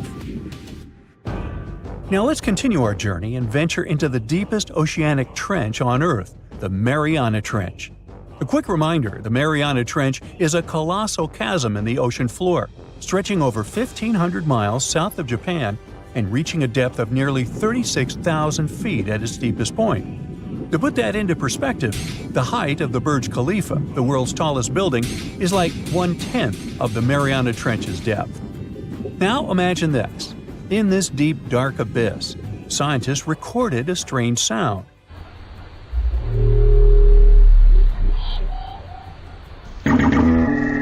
Unlike bioduct, this sound resembled something from a science fiction movie, a low rumble, followed by a metallic ping, reminiscent of the sounds made by spaceships in sci-fi movies. Researchers named this mysterious phenomenon biotwang noises. Scientists first detected this strange sound in 2014 during an acoustic survey of the Mariana Trench, and they quickly identified its source: whales, specifically Bride's whales. Using artificial intelligence, researchers analyzed around 200,000 hours of audio recordings from the ocean and found matches with a group of Bride's whales. Like other animals, these whales use sounds as a form of communication. Now, did you know what else was found at the bottom of the Mariana Trench? A plastic bottle. It's unlikely it was done by a kraken or a whale or some type of monster. Everything is simpler here. The bottle ended up there because of a human. But that's a topic for another video. Okay, let's deal with one more sound. No whales this time, just a mysterious sound in the loneliest place on Earth. This place is called Point Nemo, and that's why it's so lonely. Located in the South Pacific Ocean, Point Nemo is the most remote spot from any land. The nearest island is 1,450 nautical miles away. It's about the same long distance from land in all other directions. Moreover, here, there's almost no marine life, since few water currents reach this spot, and therefore few nutrients are supplied. In a sense, it's a water desert.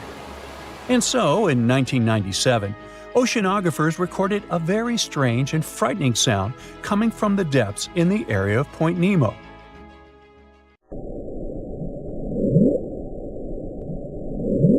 It was something gigantic and scary. People called it the bloop. As soon as journalists found out about this phenomenon, people around the world began to invent the most fantastic versions. The most popular of them was that the sound source was a giant sea monster, kraken, or some other creature. The hype around the bloop didn't last very long. Scientists managed to find out the nature of the mysterious noise. It turned out it belonged to an iceberg. When they crack and collapse, they create powerful ultra-low frequency sounds that can be heard from a very long distance. To confirm this version, scientists recorded the sounds of other icebergs and heard something similar to the bloop. Oh, by the way, Point Nemo is so lonely that space agencies drop out-of-service satellites here. Space objects just fall in the water. There's a 99% chance that no animal or human will be harmed by falling debris in this lonely place. That's why many people call it the satellite cemetery. But what if, someday, a spaceship from another planet falls here? What if it has already fallen in Point Nemo and sometimes emits an emergency signal that breaks through the ocean? Ooh. All the mysteries you have heard have already been solved. How about we end this video with a mystery that still baffles scientists? Meet upsweep.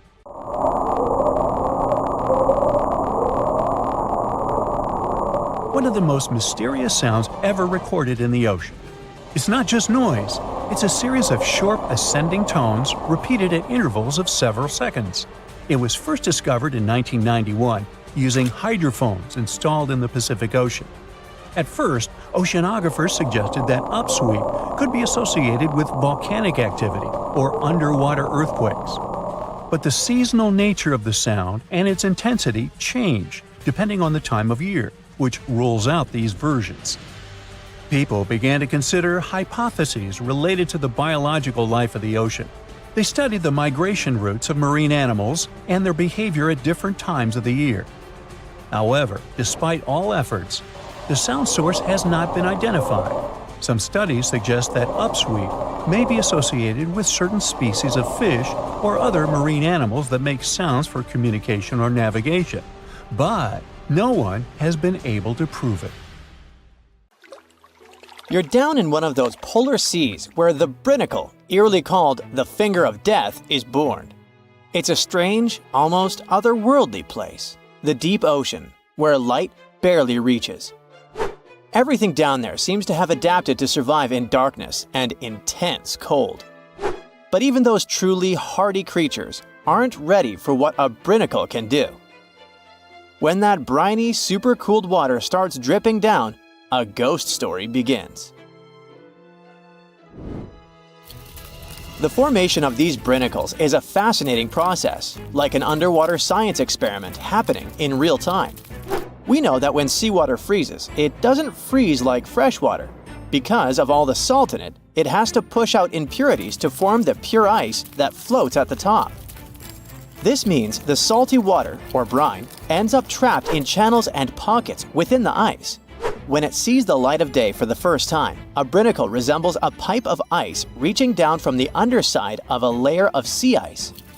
At first, a brinacle is very fragile and its walls are thin. But the continuous flow of colder brine supports the growth of the brinacle. It also prevents it from melting. Otherwise, this process would be inevitable, caused by the brinicle's contact with less cold surrounding water. As the ice accumulates and the walls become thicker, the brinacle becomes more stable. Over time, the brine trapped inside gets squeezed out through tiny cracks, dripping down in this cold, heavy plume. Once that cold brine starts flowing downward, it begins freezing the seawater around it into a sheath of ice.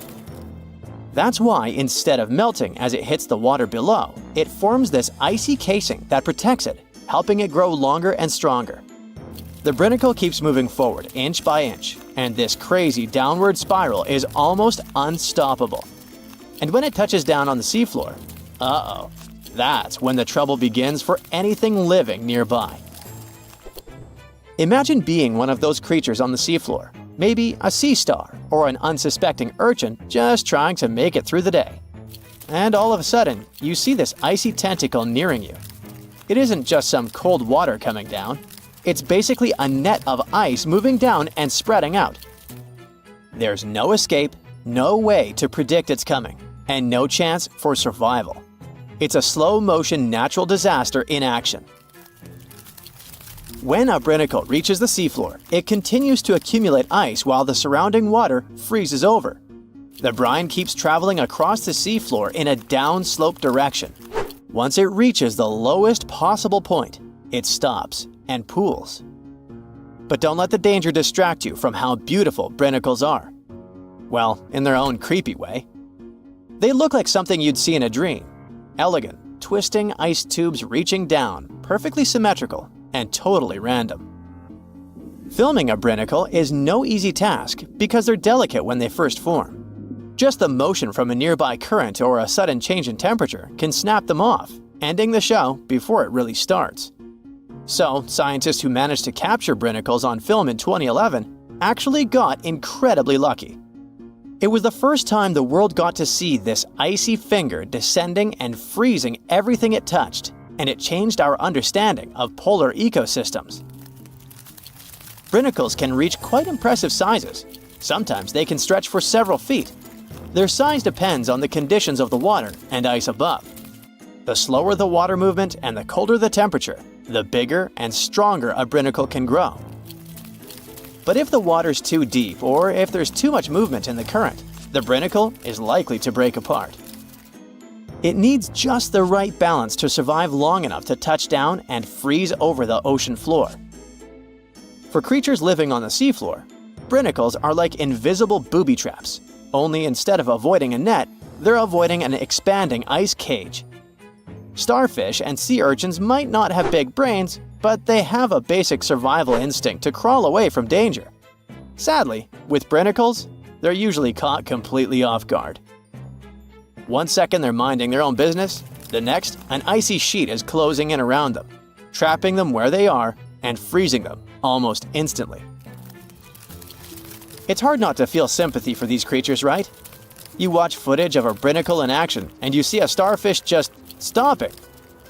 One moment it's moving slowly along the sand, and then it's frozen in place, totally helpless. It's like watching a train wreck in slow-mo.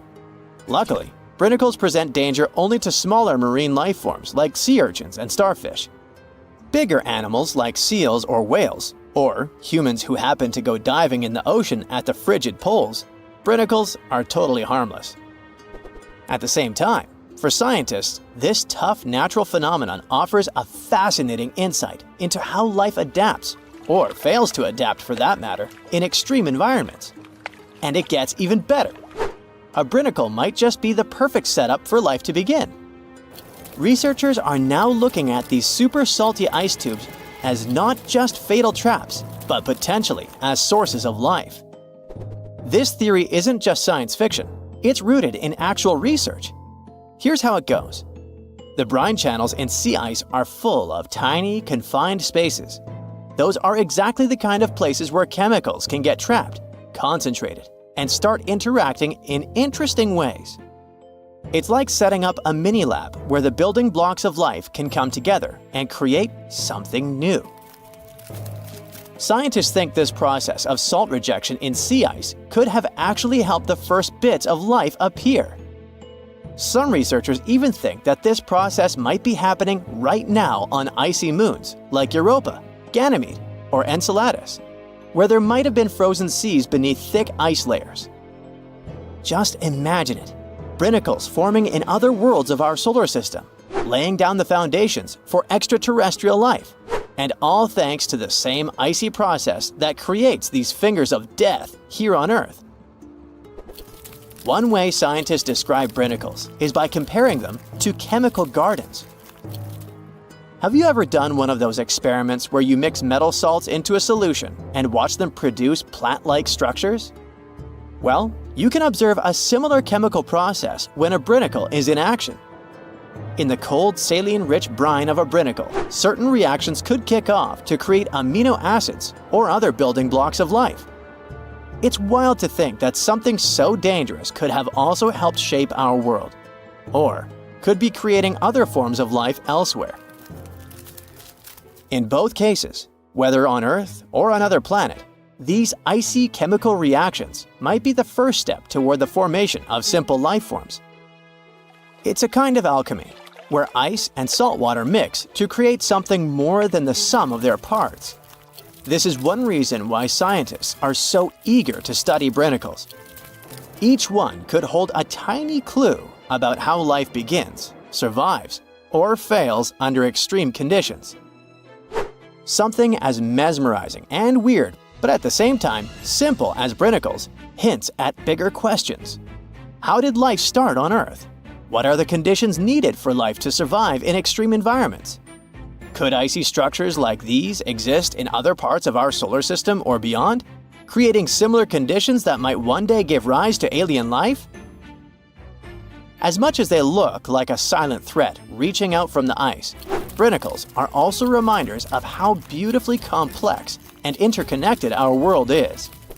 They may seem like simple fingers of ice, but they hold secrets that touch on everything from ecology to chemistry to the origins of life itself. So next time you hear about the ocean, remember that deep below in the darkest, coldest waters, something incredible and a little bit